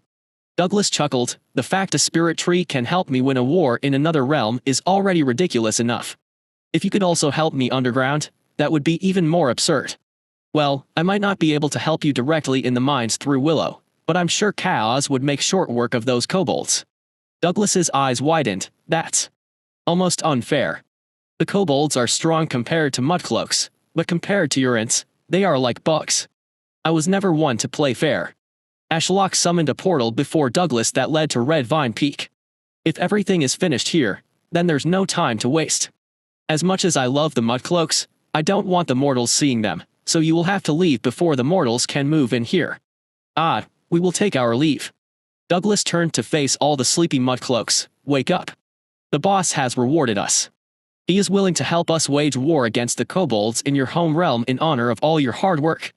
With his overwhelming strength, victory will be assured, and we can save every last mudcloak from the kobold claws." Ashlock was left in shock as the mudcloaks that looked half dead, including the ones that were face-planting the ground, sprung up as if revitalized. "War! War! War!" Some chanted while others were even more passionate. "Kill! Kill! Kill!" Douglas led the spirited group through the portal. Due to how many there were, it would take a while, so Ashlock left them to do their thing and focused back on the demonic trees littered throughout Ashen City. He had fused his roots with them overnight, so he could now cast his production skills on them much like he had done with those in Darklight City in the past. The demonic trees already had blaze serpent rows growing from the roots coiling around their trees' trunks, so that was one less thing he had to spend chi on. "Honestly, trying to further my cultivation by gathering chi under the 9 moons and avoiding expending chi is far too slow. My star core is so big that it will take months to advance a single stage. I know I cultivate quickly compared to other cultivators, but I would rather hunt and kill for chi in the mystic realm. Much faster, even for me, who likes to laze around. Ashlock paused from a realization. No wonder cultivators are so grumpy all the time. I would be too if I sat in a cave in silence for a week gathering chi just to waste it the moment I step out because someone is trying to kill me. Ashlock activated magic mushroom production and highlighted all of the demonic trees within Ashfallen City. God, this will cost so much chi, but I already wasted a load on floating hundreds of trees overnight with telekinesis. I'm in too deep at this point, so I might as go all the way to making Ashfallen City as livable as possible. Scrolling through the production menu, Ashlock found the oyster mushrooms that looked like a stack of gray pancakes he had grown on the trees in Darklight City. Opening the editor, he decided to add some flavor to them. The mortals had suffered enough by having their homes obliterated and their loved ones or friends killed, so forcing them into stone homes with nothing but bland-tasting mushrooms around them seemed a step too cruel, even for his frugal self. An earthy yet enjoyable taste should be palatable. Ashlock ignored how the chi cost almost doubled. It's fine, once the mushrooms are grown. It takes very little of my chi to replace them when eaten actually. My offspring should be able to handle upkeep costs now that they are all in the soul fire realm. Mentally pressing the accept button, he felt chi being drained from his star core through the root network as the oyster mushrooms rapidly grew from the roots that wrapped around the trunks of his offspring. Is it weird that watching this makes me feel like a god? Ashlock wondered as he switched to blooming root flower production. The place was already warmed up by the fire chi from the scarlet-leaved trees decorated in roses. But he wanted the place to feel even prettier to mask the soullessness of the housing situation. Darklight City had significantly benefited from the cherry blossoms, so he decided to go with them again. After another round of chi was pulled from his star core, and the cherry blossoms bloomed alongside the oyster mushrooms, the place finally felt like somewhere worth living. It was almost baffling to think this had been a desolate and flat area outside an abandoned mine just yesterday, but now was a city of 20,000 homes nestled among a forest of demonic trees. Nature really does bring out the beauty in things sometimes. Ashlock was glad he had decided to spend some chi on the flowers. You know, Ashfallen City may not be much yet, but I can already see some uses for it. The location would be ideal for running a branch of the Ashfallen Trading Company that sells to mortals, and then the branch that sells to cultivators could be built up on Whitestone Peak. After his experience with Knox, Ashlock didn't want to conduct business anywhere near Red Vine Peak. The more the business and sect activities were removed from Red Vine Peak, the better, as he didn't wish to bring attention to himself. I could even have the mortals of Ashfallen City work for my trading company. Ashlock realized, we have been buying pill bottles and ornate wooden boxes from crafters in Darklight City, but perhaps that industry could be moved to Ashfallen City. Slimer was known as the artistic capital of the Blood Lotus sect, and it's where Stella and Diana traveled to buy clothes so they could make even better goods. Stolen from its original source, this story is not meant to be on Amazon. Report any sightings. Ashlock felt much more optimistic about his actions over the last 2 days. Not only pill bottles and boxes for the pill business, but he could also pay for them to make robes for the cultivators under the Ashfallen sect. What about the mud cloaks? Do they need cutlery and things? What if they want clothes or shoes? Ashlock realized he was getting a little ahead of himself, but the possibilities kept piling up. Though if I concentrate so much on a single small city, that could be risky. This would be true if the city wasn't on the doorstep of the very loyal Redcliffe family and only a mountain peak away from him. Not to mention, I could turn one of the trees in the city into a bastion and fly the city away if it got in trouble. Wow, that is a ridiculous thought. I wonder what affinity the tree should be. A fire affinity tree sounds like a bad idea, as the mortals would be cooked to death by a fire chi shield. A thought for another time. The mortals were still suffering on the mountain peak, and Douglas had finally finished leading all the mudcloaks through the portal to Red Vine Peak. Casting his gaze through Eye of the Tree God on the White Stone Palace, he soon found the Grand Elder discussing with his elders. Grand Elder, Ashlock said, Ashfallen City is ready to start accepting the mortals. His mouth fell open in shock mid-conversation with the other elders.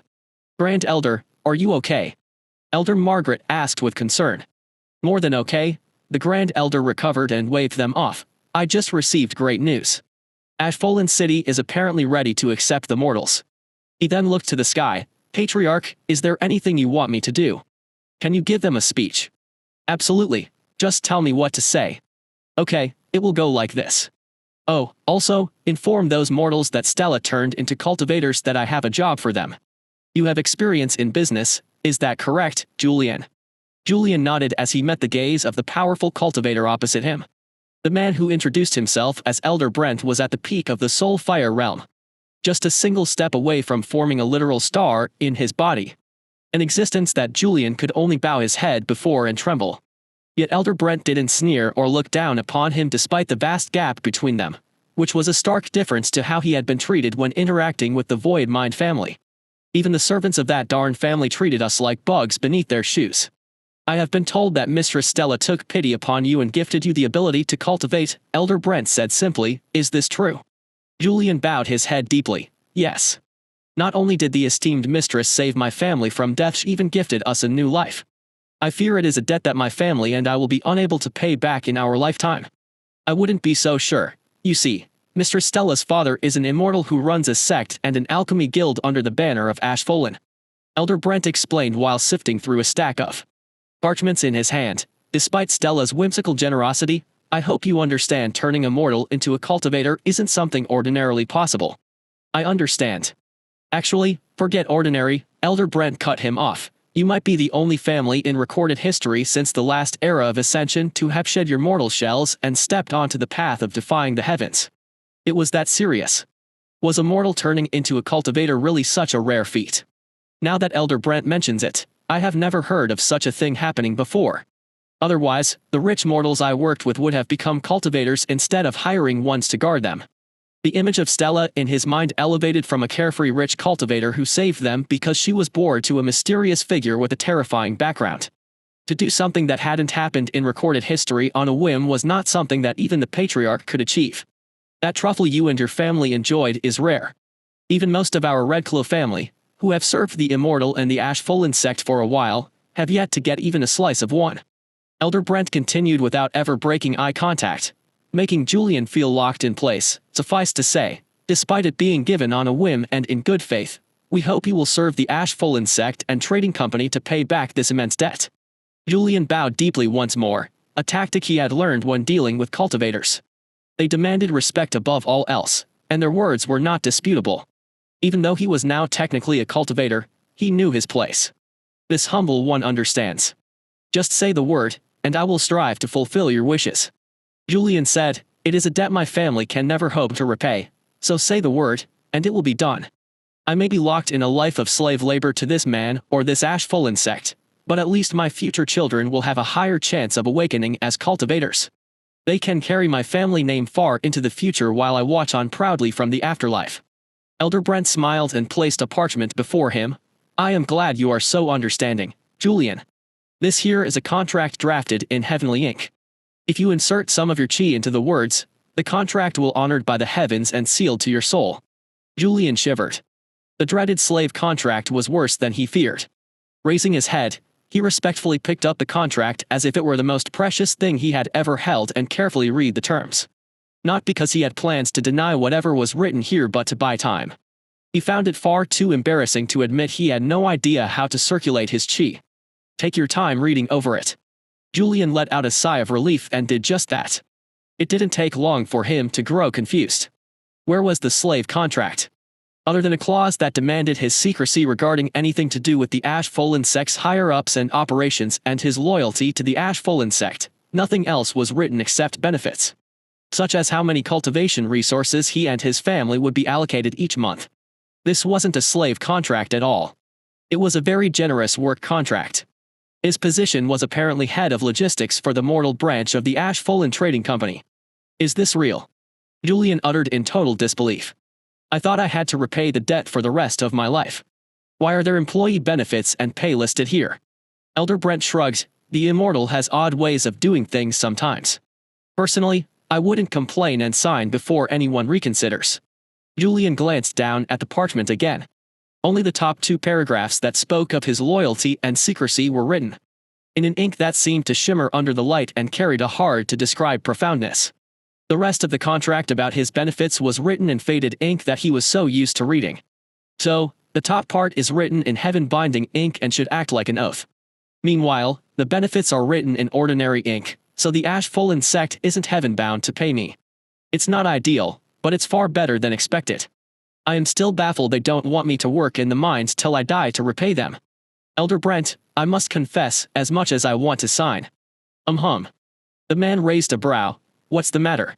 I believe the terms are more than fair. It's not that. The terms are almost too good to be true. It's just, I have no idea how to cycle my chi. Elder Brent had a look of realization and stood, as a freshly awakened cultivator, that was to be expected. Let me teach you. He walked around the table and grabbed Julian's wrist between two fingers. Just relax. Breathe in and out, I will handle the cycling. Okay. Julian closed his eyes and did as instructed. A liquid warmth spread through his body from his wrist, leaving a strange tingling sensation. Your spirit roots are still undeveloped and that of an untalented cultivator despite awakening. Without further assistance from the immortal, you would stall in the middle of the soul fire realm due to impurities no matter how hard you tried. Elder Brent explained, I have stimulated your spirit roots, so chi should flow naturally now. How can I control it? Julian asked. Control not with your mind, but rather with your soul. Elder Brent said slowly, use your willpower to command it.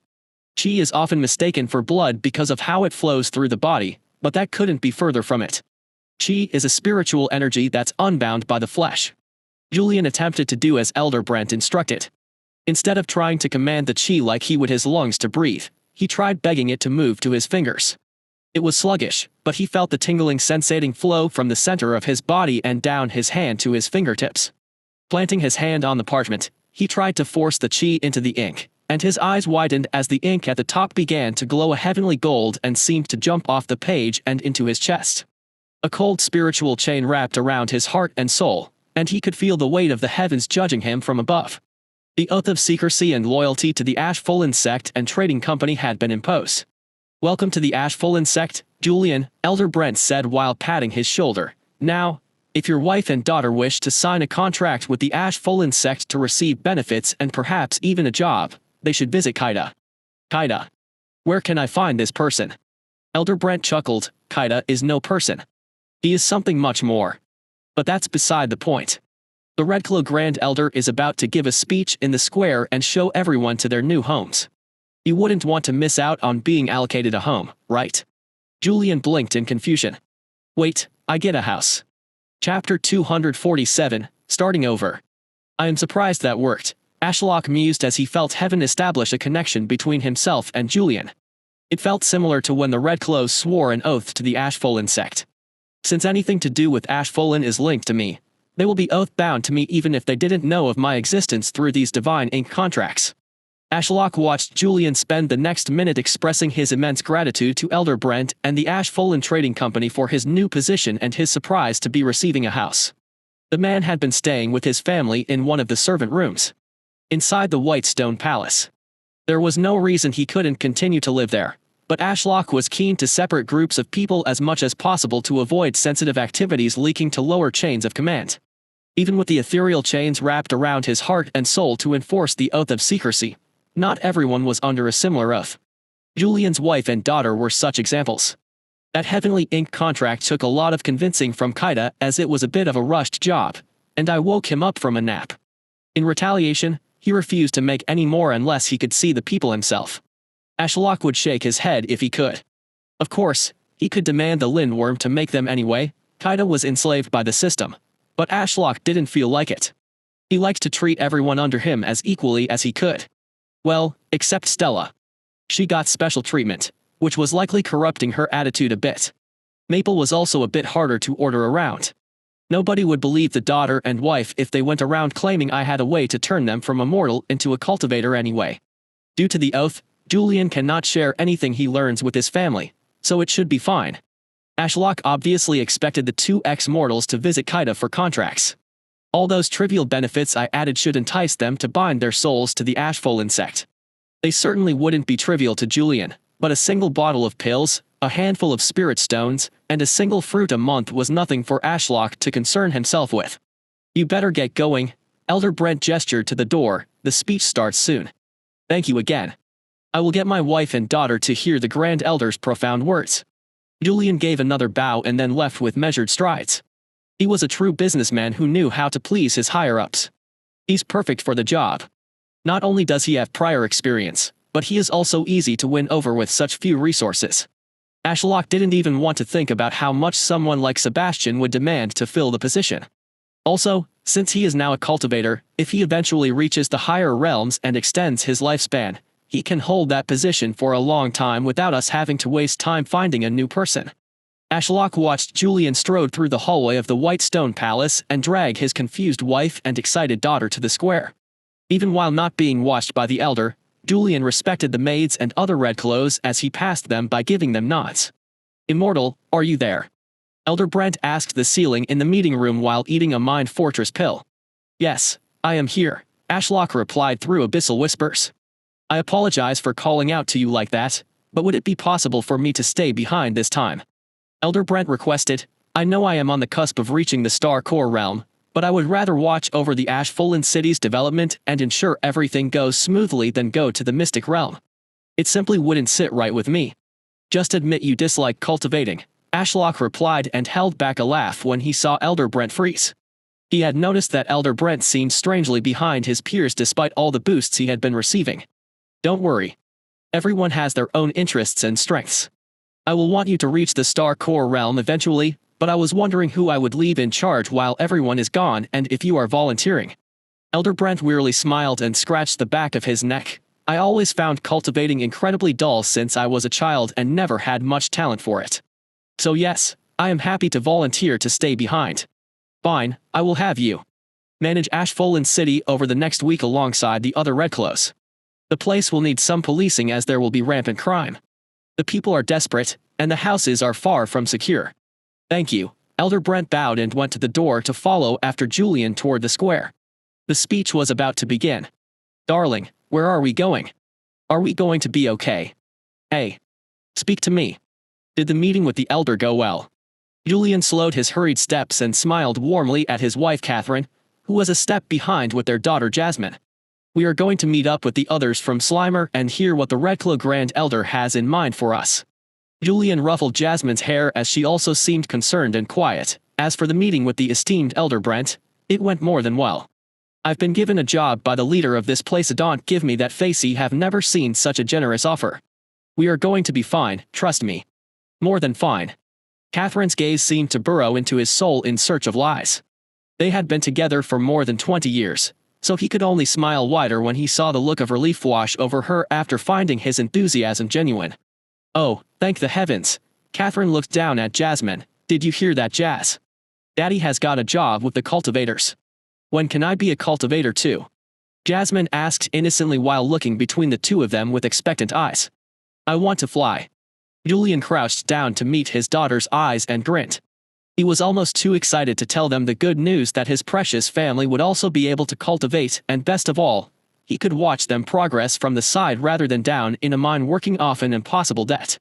"You will be able to cultivate soon. It's a very expensive process, but Elder Brent said that you and Mommy can also receive pills and guidance for cultivation if you meet Kaida and sign a contract like I did." "Kaida? Who's that?" Jasmine practically had stars in her eyes. Every kid's dream was to soar through the sky on a sword and challenge the heavens, so he wasn't surprised at her excitement. "I'm not sure myself, but I'm sure we can meet them sometime soon." Julian reached out his hand, and Jasmine took it. "Now come with me to the square. You can ride on Dad's shoulders to get a good view." The rest of the journey through the long, straight hallways of the white stone palace was walked in silence.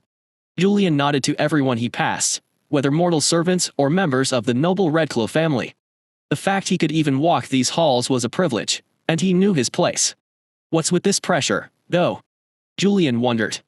It's like something up ahead is weighing down on the world. "Dad, why is walking hard?" Jasmine said while panting a little. "This content has been misappropriated from Royal Road. Report any instances of this story if found elsewhere. Perhaps a powerful cultivator is nearby." Julian caught his tongue as a door to his side swung open, and a tall man in white robes stepped out. His hair, which looked like real strands of silver, cascaded down his back. "What is a silver spire doing here?" Julian held his breath. "Wait, that's a stupid question. How else would the Ashfallen Trading Company function without a connection with the Silver Spires?" The cultivator didn't react to their presence and simply walked past. A floating snake of liquid silver orbited his body at all times, and as he left, the pressure subsided. "Daddy, who was that?" "Not now, Jasmine." Julian picked up Jasmine, put her on his shoulders, and increased his pace to reach the square in time for the speech. "Elder Brent made me forget that not all cultivators will look you in the eye." With a smile. The large market square where the rest of Slimer's populace had been camping out since the rescue was bustling with activity. Red Clothes stood at the entrance to each street leading off the square and simply waved Julian and his family through without much fuss. Glancing around, Julian saw thousands of people in large groups, likely people from the same neighborhoods judging from their clothes. A warm blanket of air was spread over the entire square to help the people resist the winter winds that were more than brutal at this insane height. Slimer was only half as tall as this mountain, and even then, we needed expensive formations around our home to deal with the winter winds. "People of Slimer, I request your attention." A sudden voice boomed over the entire square, causing everyone, including Julian, to look to the skies. Floating overhead on a sword wreathed in crimson flames was a man donning a dark red robe. "I am the Grand Elder of the Redclaw family, and I come bringing good news." The man cleared his throat, and nobody dared to utter a word when such a man spoke. Those who wished to return to Slimer have already left for Darklight City to await the next airship transport. Therefore, all of you here have decided to leave Slimer for good with no plans to return. Everyone exchanged exhausted and sad glances, and Julian felt a pang in his heart. He was the lucky one here as he had run into Mistress Stella and been given a new lease on life after facing near certain death. But these people have been waiting patiently to hear their fate. The heavens were rarely kind to those deemed unfit to wield the unlimited power of the world's chi. As an ex-mortal, Julian knew the despair of the people before him. They did not have the power to change their fate and instead had to rely on the godly cultivators for guidance and protection. The Grand Elder spread his arms. "As you all choose to remain here, let me warmly welcome you. The wrathful lightning storm over Slimer may have been sudden, and our decision to save you all was potentially rash. But fear not. Our esteemed leader of the Ashfall Trading Company has used his immense powers and resources to construct a new city overnight to house you all." "What?" Julian exchanged a look with his wife, and she seemed equally confused. "A city for all of these people in a single night. Is that even possible? I have overseen construction projects before, and it would have taken hundreds of Earth cultivators to pull that off. How deep are the Ashfall Trading Company's pockets to create a city overnight to house mortals? Also, I was under the assumption we would be shipped off to Darklight City, not given a new home." Excited murmurs broke out despite the Grand Elder not having finished speaking. This showed how baffled everyone was since they dared gossip when a powerful cultivator floated overhead and wasn't done talking. "The reason for the city's construction is simple." The Grand Elder continued, silencing everyone. "As many of you left your homes with nothing but the clothes on your back and little coin, sending you all into Darklight City would cause the mortal council that oversees the city a headache.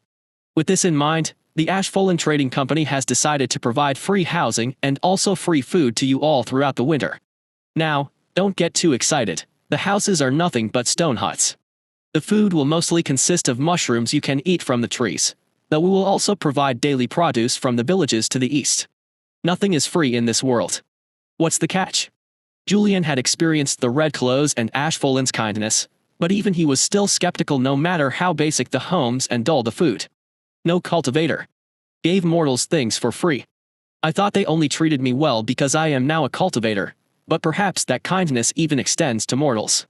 Now, I am sure everyone is skeptical. Why would we provide such things to you? Well, there are two answers." The Grand Elder paused, and Julian felt like he was hanging on his every word. "The first is because we can. Making homes was easy for us, and there is plenty of food due to the lively forest that covers the land that stimulates crop growth. The second reason, however, is a little more practical.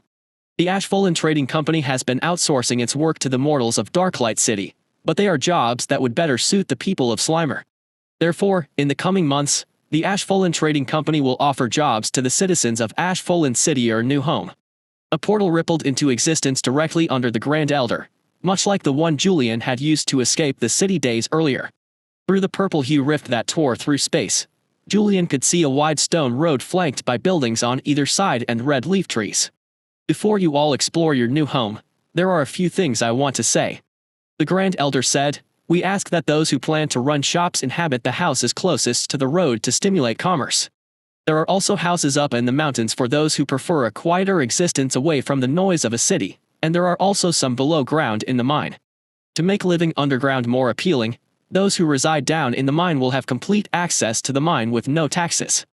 Julian noticed a more shifty group of industry workers exchange a knowing grin. Food will be delivered at midday and distributed from carts on the central road. You can travel and work in Darklight City if you wish, and you can also upgrade or change your houses however you want within reason. However, you may not harm or chop down any trees. The Grand Elder's piercing gaze swept over everyone present. I have no doubt crime will run rampant. My family, including an elder, will keep watch, so approach them with any issues. Let's keep safe and make it through this winter alive while making Ashlock City a place worth living. A silence fell over the square as everyone waited for the Grand Elder to finish. Oh. And it's first come, first serve on the housing, so best of luck. More portals rippled to life across the square. It didn't even take a few seconds for people to dash toward their nearest one. Julian grabbed Catherine's hands and jogged toward the nearest portal that had appeared just behind them. Jasmine clung to his head tightly. This is crazy, Catherine shouted over the stampede. How can they decide who lives where this way? I agree, but how else could they do it? Off money. Status. Age. There are 100,000 people here, and the cultivators certainly don't care enough to talk to each of us and assign housing. Bunny, Catherine squeezed his hand. Did you forget we are cultivators too? Julian turned to smile as they ran through the portal. We may be in body, but not yet in mind. Look at us, we are running to go live with our fellow mortals rather than staying up here. The world around Julian rippled, and he felt his ears pop as the air pressure changed. The temperature also went up alongside the overwhelming smell of nature. On either side of him were the rows of the houses that flanked the main road. We don't need a house near the main road. I want somewhere safe and quiet where we can all cultivate. Julian looked up at the towering mountain and saw houses nestled among the trees. Deciding that was perfect, he made his way through the chaotic, narrow streets and began his climb. Not getting tired? Julian asked Jasmine after a while, and the little girl shook her head. Really?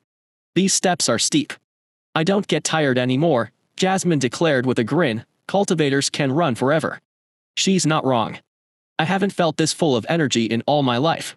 We are at the bottom of the barrel of cultivation, yet I already feel like I could run up these steps as if I were decades younger. After a while of not seeing anyone, Julian looked over his shoulder and saw a few groups of people far behind, also moving to higher ground, and they all had one thing in common. Their clothes were of high quality. They are all the nobles of Slimer. I even recognize some of them. Julian couldn't help but laugh. Was it so ingrained in Slimer's noble culture that the higher up the mountain they were, the higher their social standing? I suppose I am doing the same, though it was for a different reason. Darling, how about this one? Catherine's voice drew his attention. She was standing before a stone house that looked identical to all the others they had passed, but it was built on a rock outcrop that jutted out of the mountain, and it was hidden from the houses above it by the beautiful scarlet-leaved tree that overshadowed it. It's perfect. Julian walked into the empty shell of a house. There were no windows besides the doorway and a hole that led into the basement. Jumping down to look, he saw it was just as bare as the upstairs, except there was a hole in the corner that was likely the toilet. Okay, we will take a walk to Darklight City first thing in the morning, Julian called up through the hole and chuckled when Jasmine poked her head through with a cute smile. We might as well use some of our funds to flesh this place out. I agree, Catherine replied as she scooped up Jasmine in a hug. At least a door would be nice. Chapter 248, Titan Tortoise. Ashlock watched the chaos descend upon Ashlock City. People rushed and pushed to get what they felt would be prime real estate, and he could hardly blame them. For those who had lived in the slums of Slimer at the base of the mountain, this was a chance at a new life. If they just ran a little faster and pushed enough people out of the way, they could secure a house near the center of commerce, which everyone knew would revolve around the main road. I wonder what type of people will willingly reside on the mountain and down in the mine. Ashlock glanced over the mountain to sate his curiosity and laughed as he saw pompous nobles huffing and wheezing as they climbed the hundreds of steps. They all seemed determined to reach the highest houses despite the fact they were all identical. Are they thinking straight? Why do they want to live as far away as possible from the main road where the food will be distributed daily? Following one particular elderly couple in well-tailored clothes, he soon found the answer. Flanking them were two stoic-faced men in Taoist-style robes who seemed unfazed by the climb. From a glance, Ashlock could tell they were cultivators in the Chi realm, meaning they could empower their bodies with Chi but could not manifest any specific element beyond their body as their soul core had yet to form. They would be useless in a fight against other cultivators, but as bodyguards against mortals or to act as servants, they must be worth the price. Ashlock mused. If these elderly nobles lived far from the city and had these cultivators retrieve food and travel to Darklight City to buy things, then living as high up as possible made some sense. Even with the demonic trees absorbing the human waste for nutrients and the oyster mushrooms cleaning the air of pollution from industry, the city will still be loud and smell like those cities of medieval Europe. Ashlock wished he could have done more for the mortals to make Ashfallen City a paradise, but he did not want to waste all his chi, and with the Mystic Realm opening, he was pressed for time. It's good enough for now. I can work alongside Douglas to improve things at a later date. Having sated his curiosity about who would live on the mountain, his vision blurred as he headed underground to see who would live in the mine. Confused, he saw everyone crowding around the entrance instead of heading in. What are they doing? Ashlock wondered, why are they gathering pieces of wood from the ground? His question was soon answered when someone wrapped some cloth around the stick's tip and set it aflame, illuminating the cave entrance. Oh, I see the problem. I forgot to light up the underground with mushrooms. Ashlock quickly summoned his magic mushroom production menu and selected the entire underground mine. He decided to edit the mushrooms and make them extra luminescent. He also added pores, which expelled clean air that the mushroom drew from gaps in the stone caused by water erosion. Upon accepting his changes, the menu was minimized in his mind. Seconds later, he felt a tug on his star core as Chi rushed through his vast root network and bathed the entire mine in his overwhelming power. The mortals exchanged confused glances as the tunnel lit up with a glowing blue as mushrooms rapidly grew from black roots that ran along every inch of the mineshaft. After a few minutes of squinting down into the now illuminated mineshaft, one brave mortal began walking down, and seeing that nothing had happened to him, the other mortals soon followed. Phew, glad I checked. Ashlock sighed with relief. Seems mostly workers and some more shifty-looking individuals are heading down here. I mean, there is a guy who looks like a mafia boss with an entire entourage following him. Not suspicious at all. Ashlock was a little worried about what the underground part of Ashfallen City would become, but ultimately, it wasn't his problem. He was the ruler, not the manager. The overall direction and vision of the city were his to dream of, but his ideals would be implemented through his loyal subjects, the members of his sect. Elder Brent, Ashlock spoke in the man's mind as he emerged from the largest portal on the main road flanked by a dozen members of the Redclaw family. What does the immortal desire? Elder Brent asked while eating a mind fortress pill and looking to the sky. I leave the city's security in your hands while I am gone. Also, keep a careful eye on the mine and those who live there. Crime will likely run rampant there. Leave it to me, Elder Brent said, giving a short bow and then clicking his fingers at the dark red-robed cultivators that had followed him through. As the immortal commands, take up your stations. Yes, Elder. They all replied in unison and began to disperse. Most leapt up onto random houses and decided to sit cross-legged on their roofs. Fire chi from the blaze serpent roses growing on the nearby trees swirled around them as they cultivated while keeping one eye open for trouble. Leaving the city in good hands, Ashlock wanted to check on one more thing. Slimer. Had the situation changed? Was the storm gone? Or had the Skyrens finally made their move? His vision blurred as he soared over mountain ranges and looked at the horizon, which seemed oddly clear. Arriving at Slimer, his suspicions were confirmed. The storm had ceased, but evidence of its existence lingered. The city was a smoldering wreck. A few fires still burned, and the sky was tinted gray from smoke. But there was no fleet of Skyrens hurling lightning from floating ships or any signs of battle. Instead, it was quiet. Almost too quiet. It was suspicious, but what could he do? Unlike the now-dead city it lorded over, the void-mined residence that had survived the storm had its doors locked shut, and there were no signs of the noble family. Strange. Ashlock looked around a little more, but there was nothing to see. No clues to derive a hint from. Am I being paranoid, or does the fact the situation has mysteriously resolved itself suggest something greater is at play? Though that raised the question of what? The Blood Lotus Sect Patriarch should still be in seclusion. Knox ran away to the east with my curse devouring her soul, and there didn't seem to be a war between the Void Mind and Skyrend families. The only threat I am aware of is the bounty hunters, who have been easy to deal with thus far. So why does the silence feel so loud? Ashlock sighed, should be fine. I have Quill to help hold down the fort alongside my ints, and I can always pull people back from the Mystic Realm by using dimensional overlap if needed. Returning to Red Vine Peak with more questions than answers. He was surprised at the chaos that the peak had become. 1,000 mud cloaks, ready for war, gathered around the other sect members in a ring. Douglas stood before them with his crude crown of stone on his head and an expression of grim determination. However, the mood wasn't dreary. The mud cloaks were cheering as if this were a stadium while the other sect members were engaged in light conversation. Stella laughed and gave Maple head rubs as she discussed her recent failures regarding the cursed pill with Elder Margaret.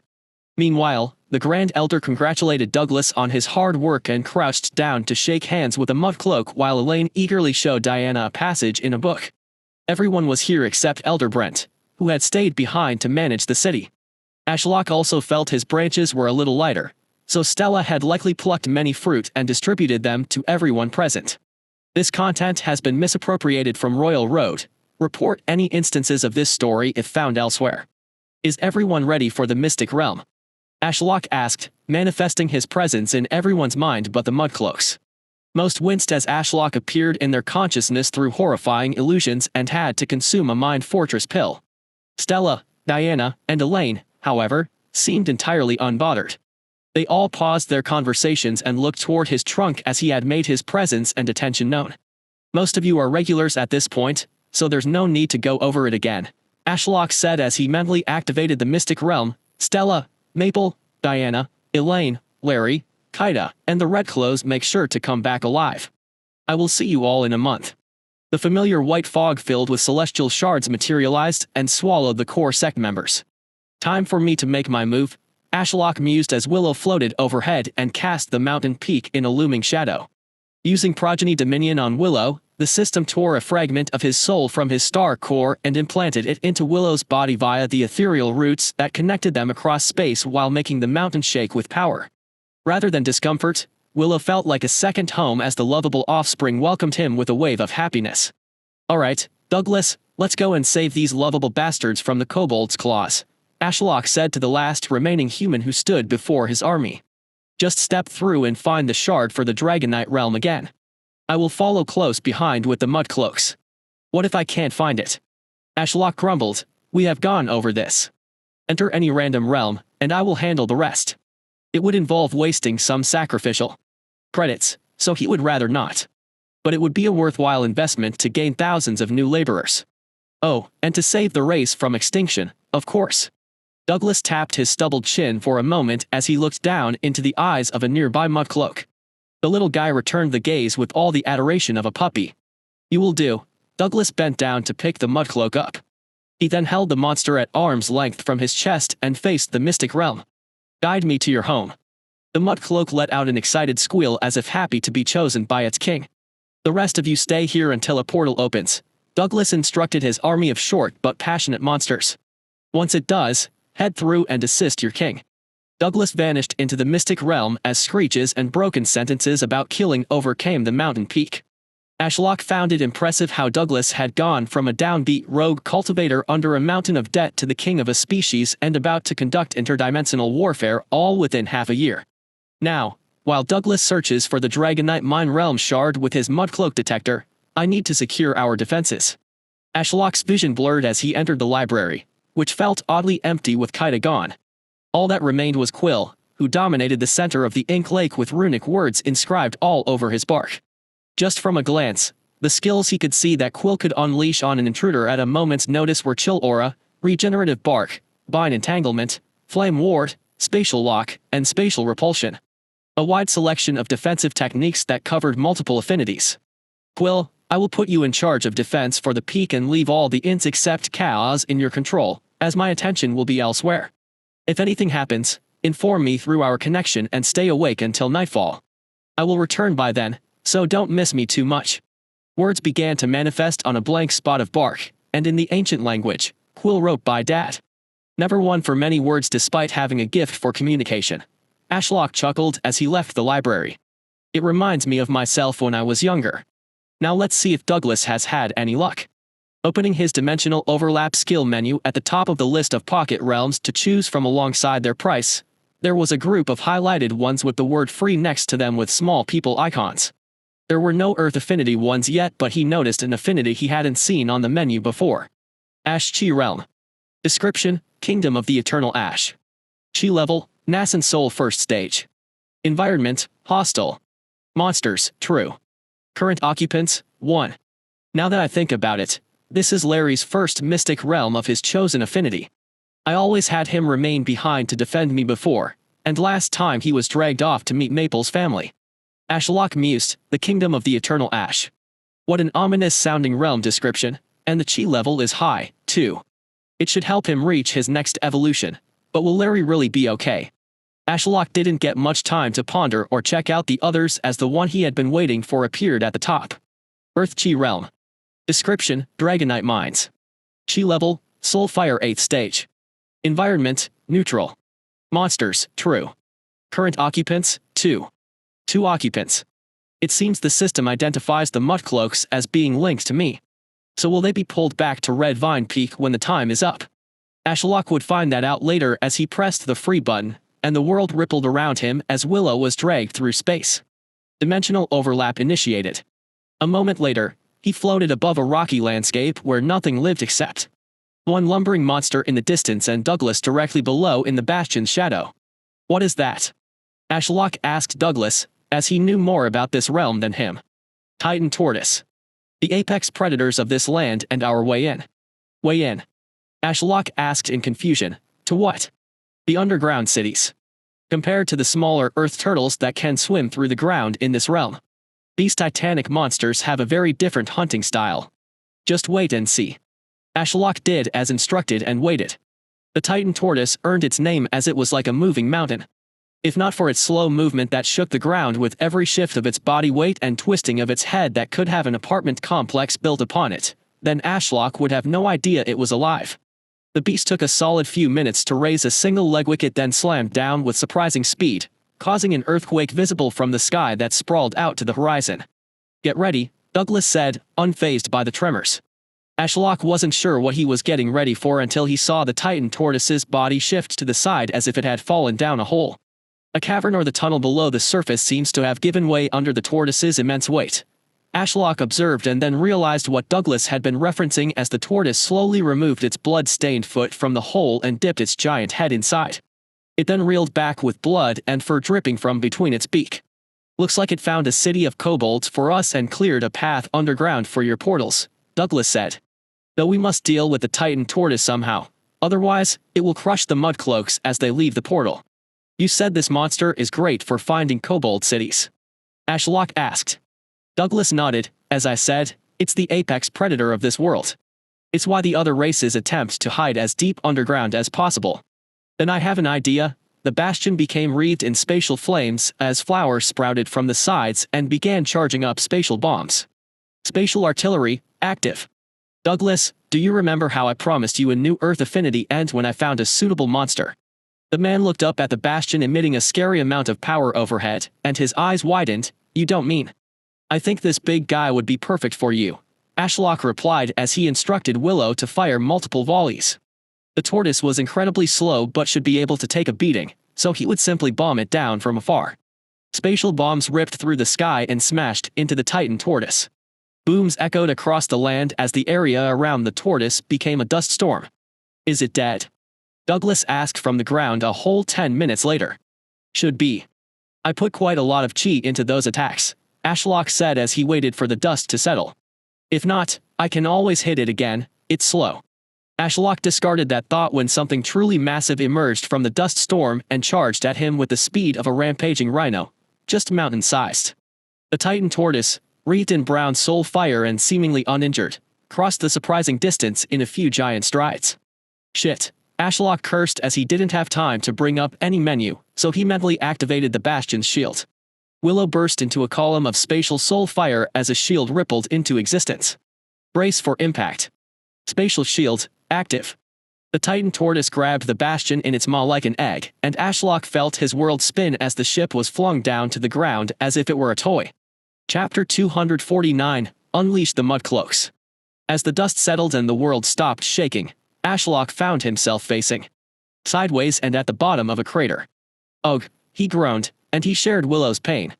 Cracks leaking soul fire were running down Willow's trunk from the impact, and despite the spatial shield Ashlock had summoned at the last second, preventing the bastion from being smashed into smithereens, the damage was still extensive. The bow of the bastion had split off. Willow's roots that had run throughout the bastion under the stone were exposed, and spatial soul fire was leaking into the air. Worst of all, no matter how hard Ashlock tried, the bastion refused to fly. They were stuck in this crater. A shadow loomed overhead as the Titan tortoise slowly raised its leg, blocking the sun. Rubble rained down like earthy hail, causing ripples on the spatial shield, and the whole world shuddered as the Titan tortoise shifted its monstrous weight. Having seen the power of this attack previously, Ashlock was positive that the bastion's flickering and fading shield would not stand a chance. So this is the power of this realm's apex predator. Ashlock cursed as he opened his dimensional overlap with the plan to try and realm warp away. The system listed this realm as having a chi level at the 8th stage of the Soul Fire realm, so Ashlock had assumed everything would be far below him as he was in the Star Core realm. But if the chi level was not the maximum strength of the monsters but rather the average, then monsters could be on par with him or even stronger. If this Titan tortoise was at the apex, it was no wonder it could shrug off the bastion's artillery as it was likely in the Star Core realm. Not to mention, its Earth affinity would give it formidable defenses. Ashlock didn't know precisely how long it would take the tortoise to power up the attack that would certainly crush the weakened bastion, so he quickly scanned down the list of free realms to teleport to and picked the weakest one. Illusion Chi Realm. Description: Land of Dreams. Chi level: Soul Fire 7th stage. Environment: neutral. Monsters: none. Current occupants: 1. Ashlock mentally pressed the free button in the menu to escape certain death. Dimensional overlap initiated. A pulse of power spread through the bastion but then fizzled out as spatial chi leaked into the air. Dimensional overlap failed. Bastion core has sustained too much damage. Repair bastion core for 300 SC. Ashlock didn't hesitate. Yes, repair it now. 300 credits vanished from his balance, dropping him to just below 800. It was a less than ideal amount, but it was worth the cost compared to losing a bastion in which he had invested 1,000 credits. Not to mention his offspring and soul fragment dying. Repair in process. The cracks throughout the bastion and running down Willow's trunk began to heal. The ship's bow that had fragmented off began to float and rejoin.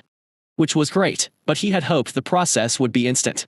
Well shit, Ashlock muttered as he stared up at the bastion's impending demise. Was there really nothing he could do? The Titan tortoise had shrugged off multiple barrages of spatial bombs from the bastion, so his newly learned spatial blades technique would be equally ineffective. Luckily, the monster moved so slowly when powering up this stomp attack that he might have time to mount a counterattack. If spatial attacks are ineffective against this behemoth due to its high defense, then I must rely on the affinity best suited to piercing anything. Ashlock ordered the only ant he had brought. Chaos, kill this monster. Aim for its eyes or brain so you don't consume yourself trying to pierce its armor. Chaos accepted his order and effortlessly strode across the damaged bastion that was heavily tilted to the side while brandishing its void-coated claws. Ugh. Wendigo Ant glanced up at the tortoise and vanished as it used Void Step to reappear on the Titan tortoise's raised leg. Ashlock almost lost sight of Chaos as it looked like a fly in comparison. It then quickly scaled the leg, digging its claws and feet into the tortoise's hardened skin.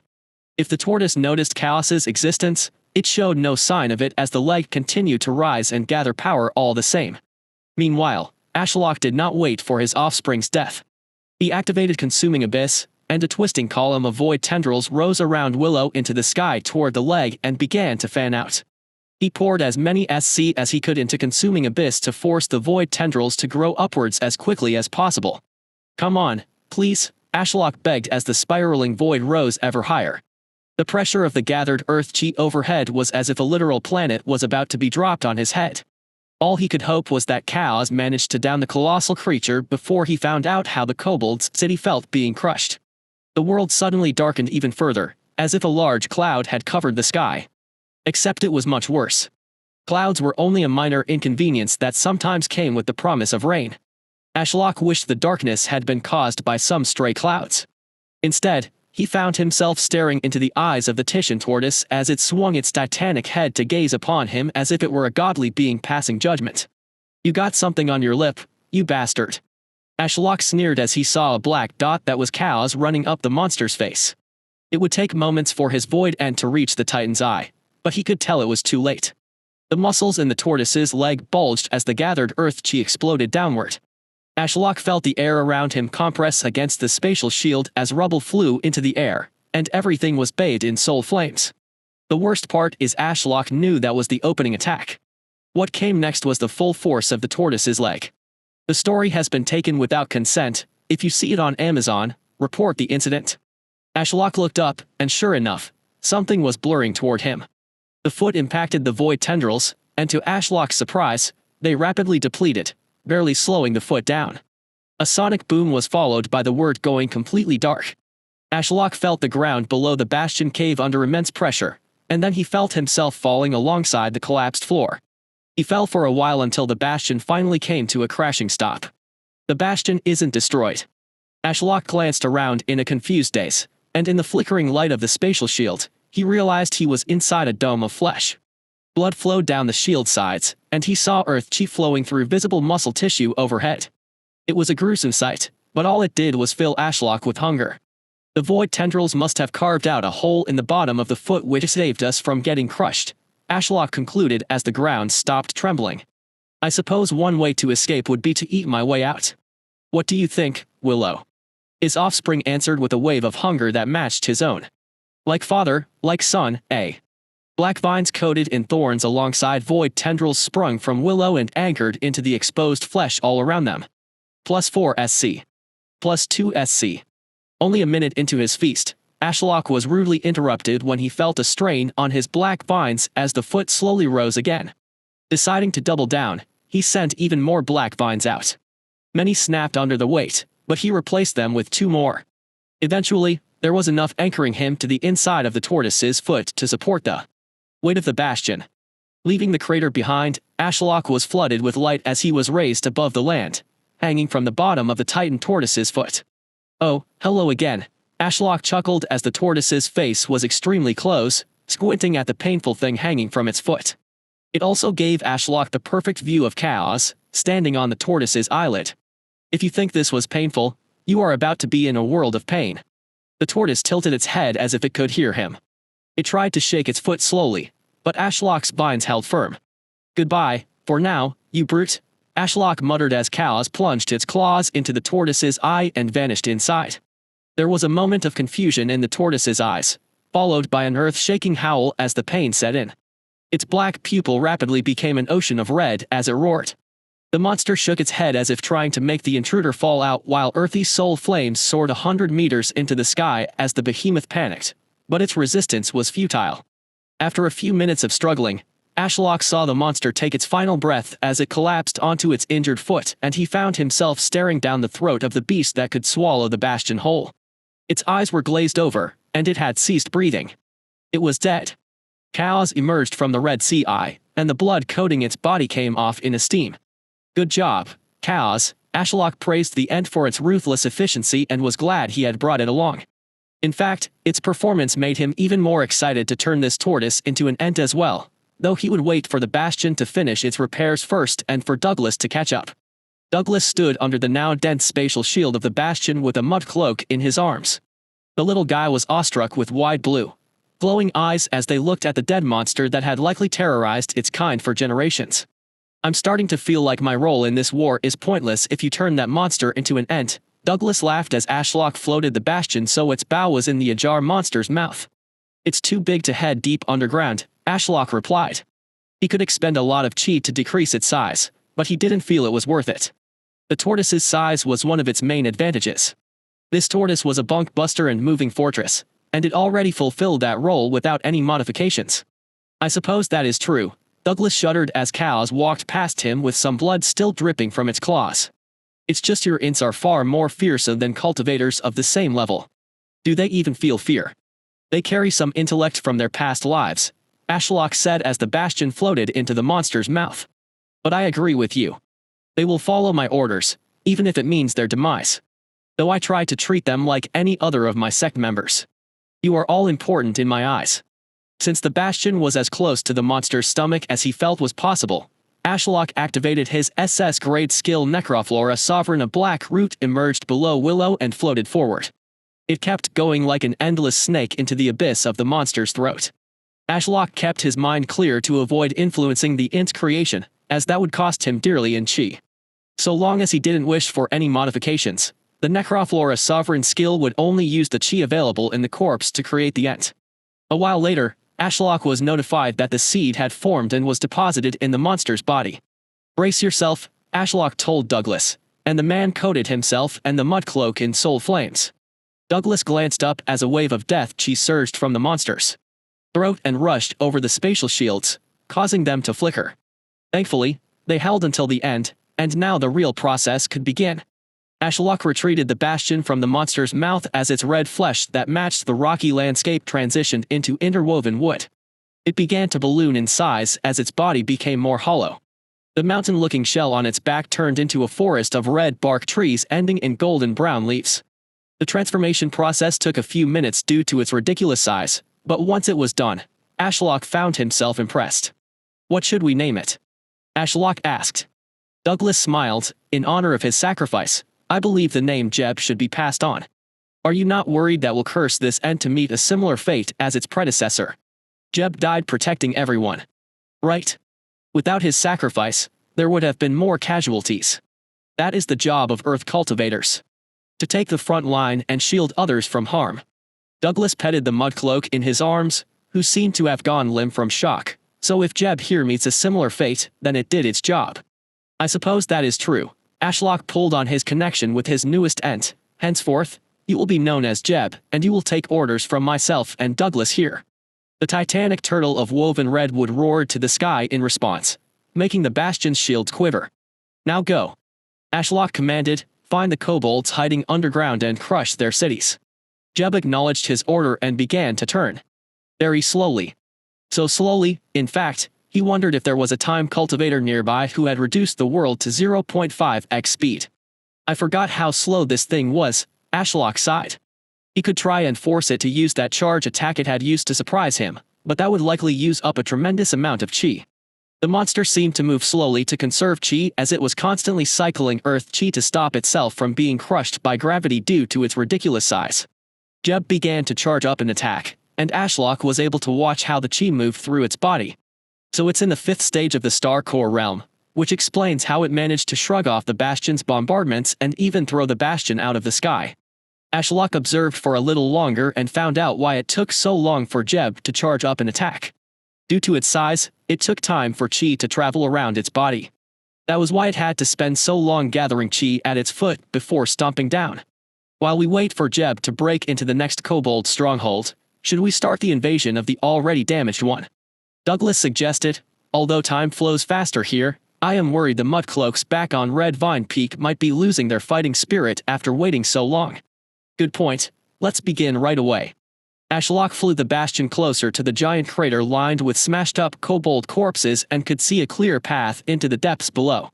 The air ripped apart as multiple portals linked to Red Vine Peak manifested.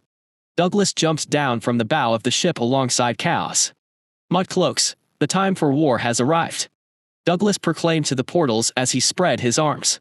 Hundreds of mudcloaks came pouring through the portals, chanting, "Kill, kill, kill." They were also waving around knives that looked comically big in their tiny hands as they charged forward. Even to the dead, they showed no mercy as they stabbed kobold corpses they passed. Ashlock watched the crazy scene with one question in his mind. Who the hell gave them knives? Chapter 250, Interlude, Rising Sun. Dante tasted iron as blood splashed on his face and clothes from across the room. It seems father finally lost it after a week of no answers. They didn't have to die, Dante. And you didn't have to kill them. Dante rolled his head to the side and took in the scene. His father loomed over a headless body with a stoic expression. Blood dripped from his hand and decorated his black robes, but his dear father seemed unfazed. Even in death, the body that had been Jasper moments ago was still bound to the chair by silver restraints. You're right, they didn't have to die. Dante said, Jasper stayed true to his word even as you fed his eyes to the void, and the elder despised your existence until his bitter end. Neither would speak even in the afterlife, so I agreed that their deaths were pointless. Just like this investigation of yours. Pointless. His father's stoic facade cracked as he strode over. You want to know what I think is truly pointless? Not really. You Dante. He felt his father's bone-chilling fingers gripping his chin. Forget the spirit stones I know you stole, which made me waste months of cultivation on protecting this place. Forget all the time I spent teaching you cultivation and manners in childhood. Forget all the resources I dedicated to you. All of it was pointless. You were supposed to be my right-hand man, my heir, Dante. But you let me down. Now you will die on the Skyren's doorsteps one way or another. You almost sound glad that is the outcome, Dante sneered. Is the old man feeling threatened by his superior son? Dante saw the blur of his father's hand, followed by extreme pain. It was as if his face had been ripped apart. How can you utter such nonsense, Dante? His father held up a half-blooded silver mask. When you use such things to hide your deformed self from the world. Now tell me, why did you steal the spirit stones? Dante gritted his teeth and hissed, I will never tell you. Why are you making this so hard? His father shook his head and began pacing around the void prison while looking at the silver mask that had been attached to Dante's face. You seemed so certain that the attack was not done by the Skyrens. Then, behind my back, you steal spirit stones. It makes no sense, Dante. Who are you working for? The Skyrens. Stop with the useless questions, Dante said. Just kill me already. The Void Mind Grand Elder frowned. Death would be too easy. I hoped you would have cracked seeing the Elder and Jasper die, but it seems the chilling void has claimed your heart. So clearly, I have been approaching this the wrong way. He crossed the room and placed his hand around Dante's silver arm. It seems pain is the only language your body understands. Dante felt his father tugging on his silver arm, and his body shuddered at the mere thought of the pain he would experience if his arm was ripped out. I can't give up hope that Knox will succeed. Dante thought through the pain. All other paths lead to death. Either at the hands of my father once he learns the truth or on the Skyren family's doorstep. I'm sure the Skyren family will overlook you missing a limb or two. His father pulled hard on his arm, and there was a brief moment of shock and numbness. It wasn't until his father held up his detached arm that his brain became overwhelmed with gut-wrenching pain. You bastard! Dante screamed out as he struggled against the restraints. Now, Dante. That's no way to speak to your beloved father. Be a good son and make this easier for the both of us. Just answer my simple questions, and this will all be over. As if I would tell you shit. Gone mute on me. His father sighed. Maybe losing another limb would wake you up to reality. Dante hardly heard his father over the intense ringing in his ears and his blurring vision. Even cultivators would pass out or even die from blood loss, and the pain was overwhelming. Hey, who are you? His father seemed to be asking someone. I instructed the elders to let nobody inside. Can't you see I am busy? Dante rolled his head toward the voices, and through his blurred vision, he saw his father go flying. The man who commanded absolute power, a void cultivator at the peak of the Star Core realm whom even the Patriarch respected, just flew. Who could cause that to happen? I must be hallucinating, Dante muttered as he saw Knox standing in the doorway, wreathed in liquid shadow that danced across her skin and spread out into the rest of the room. Who dares? His father shouted as he reached his feet and summoned void lances overhead. Elders. Remove this intruder. Knox raised her hands, and the shadows parted to reveal two heads in her palms. Both had black hair, void eyes, and terrified expressions still painted on their faces. Are you talking about these weaklings? Knox smirked. They did say you weren't accepting visitors because you were busy, so I apologize for my rude interruption. The Grand Elder answered her by lowering his finger, sending the dozen void lances at Knox. She responded by conjuring a wave of shadows that met with the lances, and they cancelled out. The weak should just roll over and die, Knox said as she stepped forward. Who are you calling weak? The Grand Elder snarled. I am the head of the Void Mind family. I am one of the 5 strongest existences in the Blood Lotus sect. Just because you sneak attacked me and slaughtered my elders, you dare call me weak? Knox smirked. Let me show you true power then. Dante felt the air squeezed from his lungs as immense pressure descended upon the void chamber. The chair began to creak, and Dante felt the blood leaking out of his arm being pushed back in. The Grand Elder collapsed to one knee with a look of horror. This pressure. A nascent soul realm cultivator. Knox didn't humor his question as she emerged from the Grand Elder's shadow and sliced at his head with a ruthless horizontal slash. TSK, Knox clicked her tongue as she discarded the bladeless hilt. The Grand Elder had covered himself in void chi, which had eaten the blade. She summoned another blade, and the Grand Elder gave her a mocking grin despite being pressed to the floor by the immense pressure. The story has been illicitly taken. Should you find it on Amazon, report the infringement. Try as many times as you like. The Grand Elder said, even the Patriarch avoids getting on my bad side. Nascent soul realm or not, you don't scare me. Oh, this isn't for you. Knox sliced her palm and held it over the Grand Elder's head. Black blood trickled down from the cut and dripped into the Grand Elder's void armor. Blood. What is that supposed to do? The Grand Elder mocked. Despite the pain, Dante smiled in his chair at his father's cluelessness. That was no simple blood. It was cursed with the most potent curse he had ever heard about. The soul-devouring tree that was resistant to everything. Even the void? Just try not to get consumed, old man. Knox vanished back into the shadows, leaving a dozen summoned shadow fiends in her wake, which pounced onto the Grand Elder. Dante watched in awe as the nascent soul realm shadow fiends slashed and tore away his father's void armor without mercy. Any damage they sustained from coming into contact with the void was quickly healed from the surrounding shadows. So the attacks were relentless without leaving an opening. Knox reappeared next to Dante, and they stared at each other. Dante's vision had stabilized, but he still doubted what he saw. When he met Knox for the first time, she had worn a skull mask and only taken it off once he failed to remove the curse. Her eyes had been bloodshot. Her hair all over the place, and there were fading marks of scars all over her face. She had looked like a rogue cultivator who had fought all their life for everything they had. Respectable, she gave off the aura of someone he could depend on and trust. But he certainly wouldn't have called her attractive. But now he wasn't so sure. Perhaps it was the aura of a nascent soul realm cultivator that was the peak of power out here in the wilderness that was swaying his opinion, but that seemed unlikely. Her face was perfect. Her long black hair fell over her face and obscured her sharp eyes. If before she was a hardened warrior, he would trust his back with, she now looked like a cunning noble family heiress that he wouldn't trust to organize a dinner. My shadow fiends won't hold him back for long. Dante was broken from his confused daze as something cold was pressed on his face that had been burning with pain. He reached up with his now unrestrained hand and felt the silver mask his father had ripped off. Thank you, Dante muttered. His head spun, and he felt terribly dehydrated as Knox helped him up from the chair. You are losing too much blood. Knox picked up his silver arm that had been discarded nearby and tried to reattach it but was struggling to find the connection point. Dante took the arm from her. Let me. With an audible click, he slotted it back into place. However, the seal wasn't perfect. Blood still trickled down, but it was far less than before. You bitch, get these pets of yours off me. Dante glanced over his shoulder and saw his father having annihilated a third of the fiends, wrested the rest to the ground, and overwhelmed them with void pulses. Can't you kill him? Dante asked Knox. Knox shook her head. I am short on time. Come on, I will explain on the way. She grabbed his arm and tugged him toward the edge of the void prison. Is she the one you betrayed and robbed your family for? The Grand Elder roared out behind them. Tell me, Dante.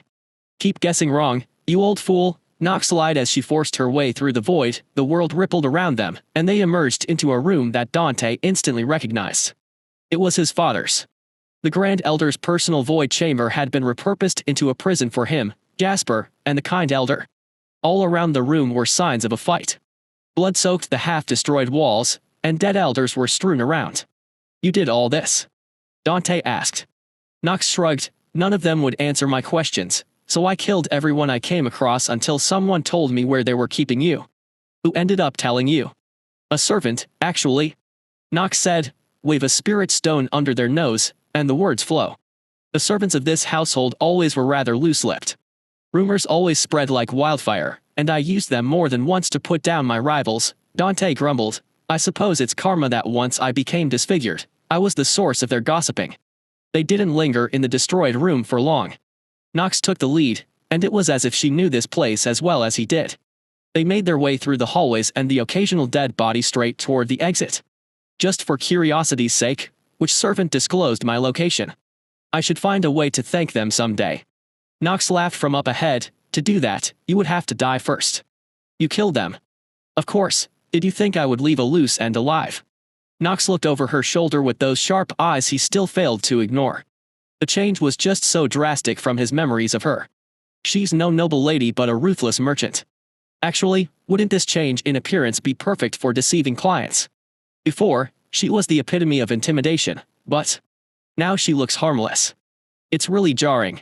No, Dante replied. Ignore me. The blood loss affects my judgment. Knox went back to looking ahead and then took a wrong turn. Isn't the entrance hall the other way? Your judgment really is affected, Knox replied as she walked up to one of the giant windows that overlooked Slimer, which had been devastated during her ascension. She reeled back her hand and coated it in shadow flames. Is she going to try and punch her way out? Those windows are runically enhanced to withstand an attack from a peak star core.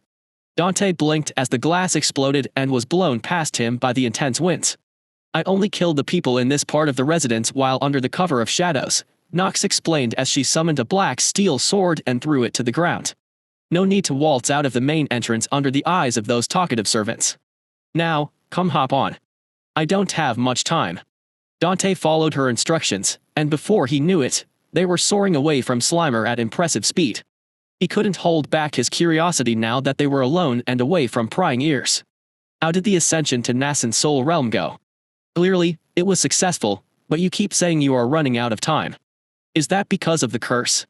The ascension had many challenges. Knox sighed. If not for my family's secret technique to create the infant soul ahead of time, I would have failed.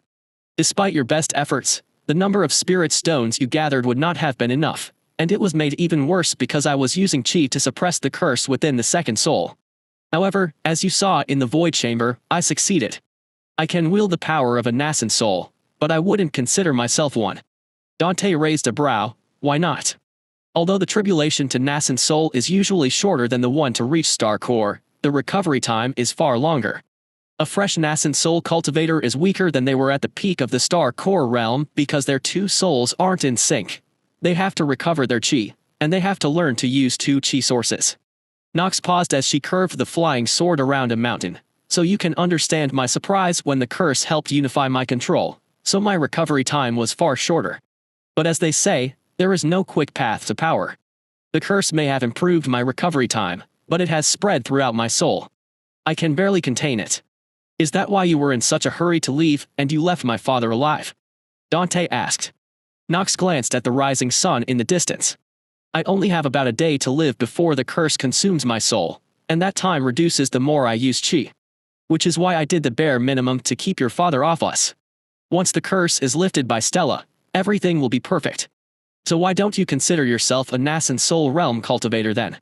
Knox looked back to the front and directed the sword over Darklight City, which blurred below. I don't have a second body prepared for my soul to escape to if I die, and I can barely keep myself alive for a single day. How could I have the pride to say I reached the next realm in such a situation? I see.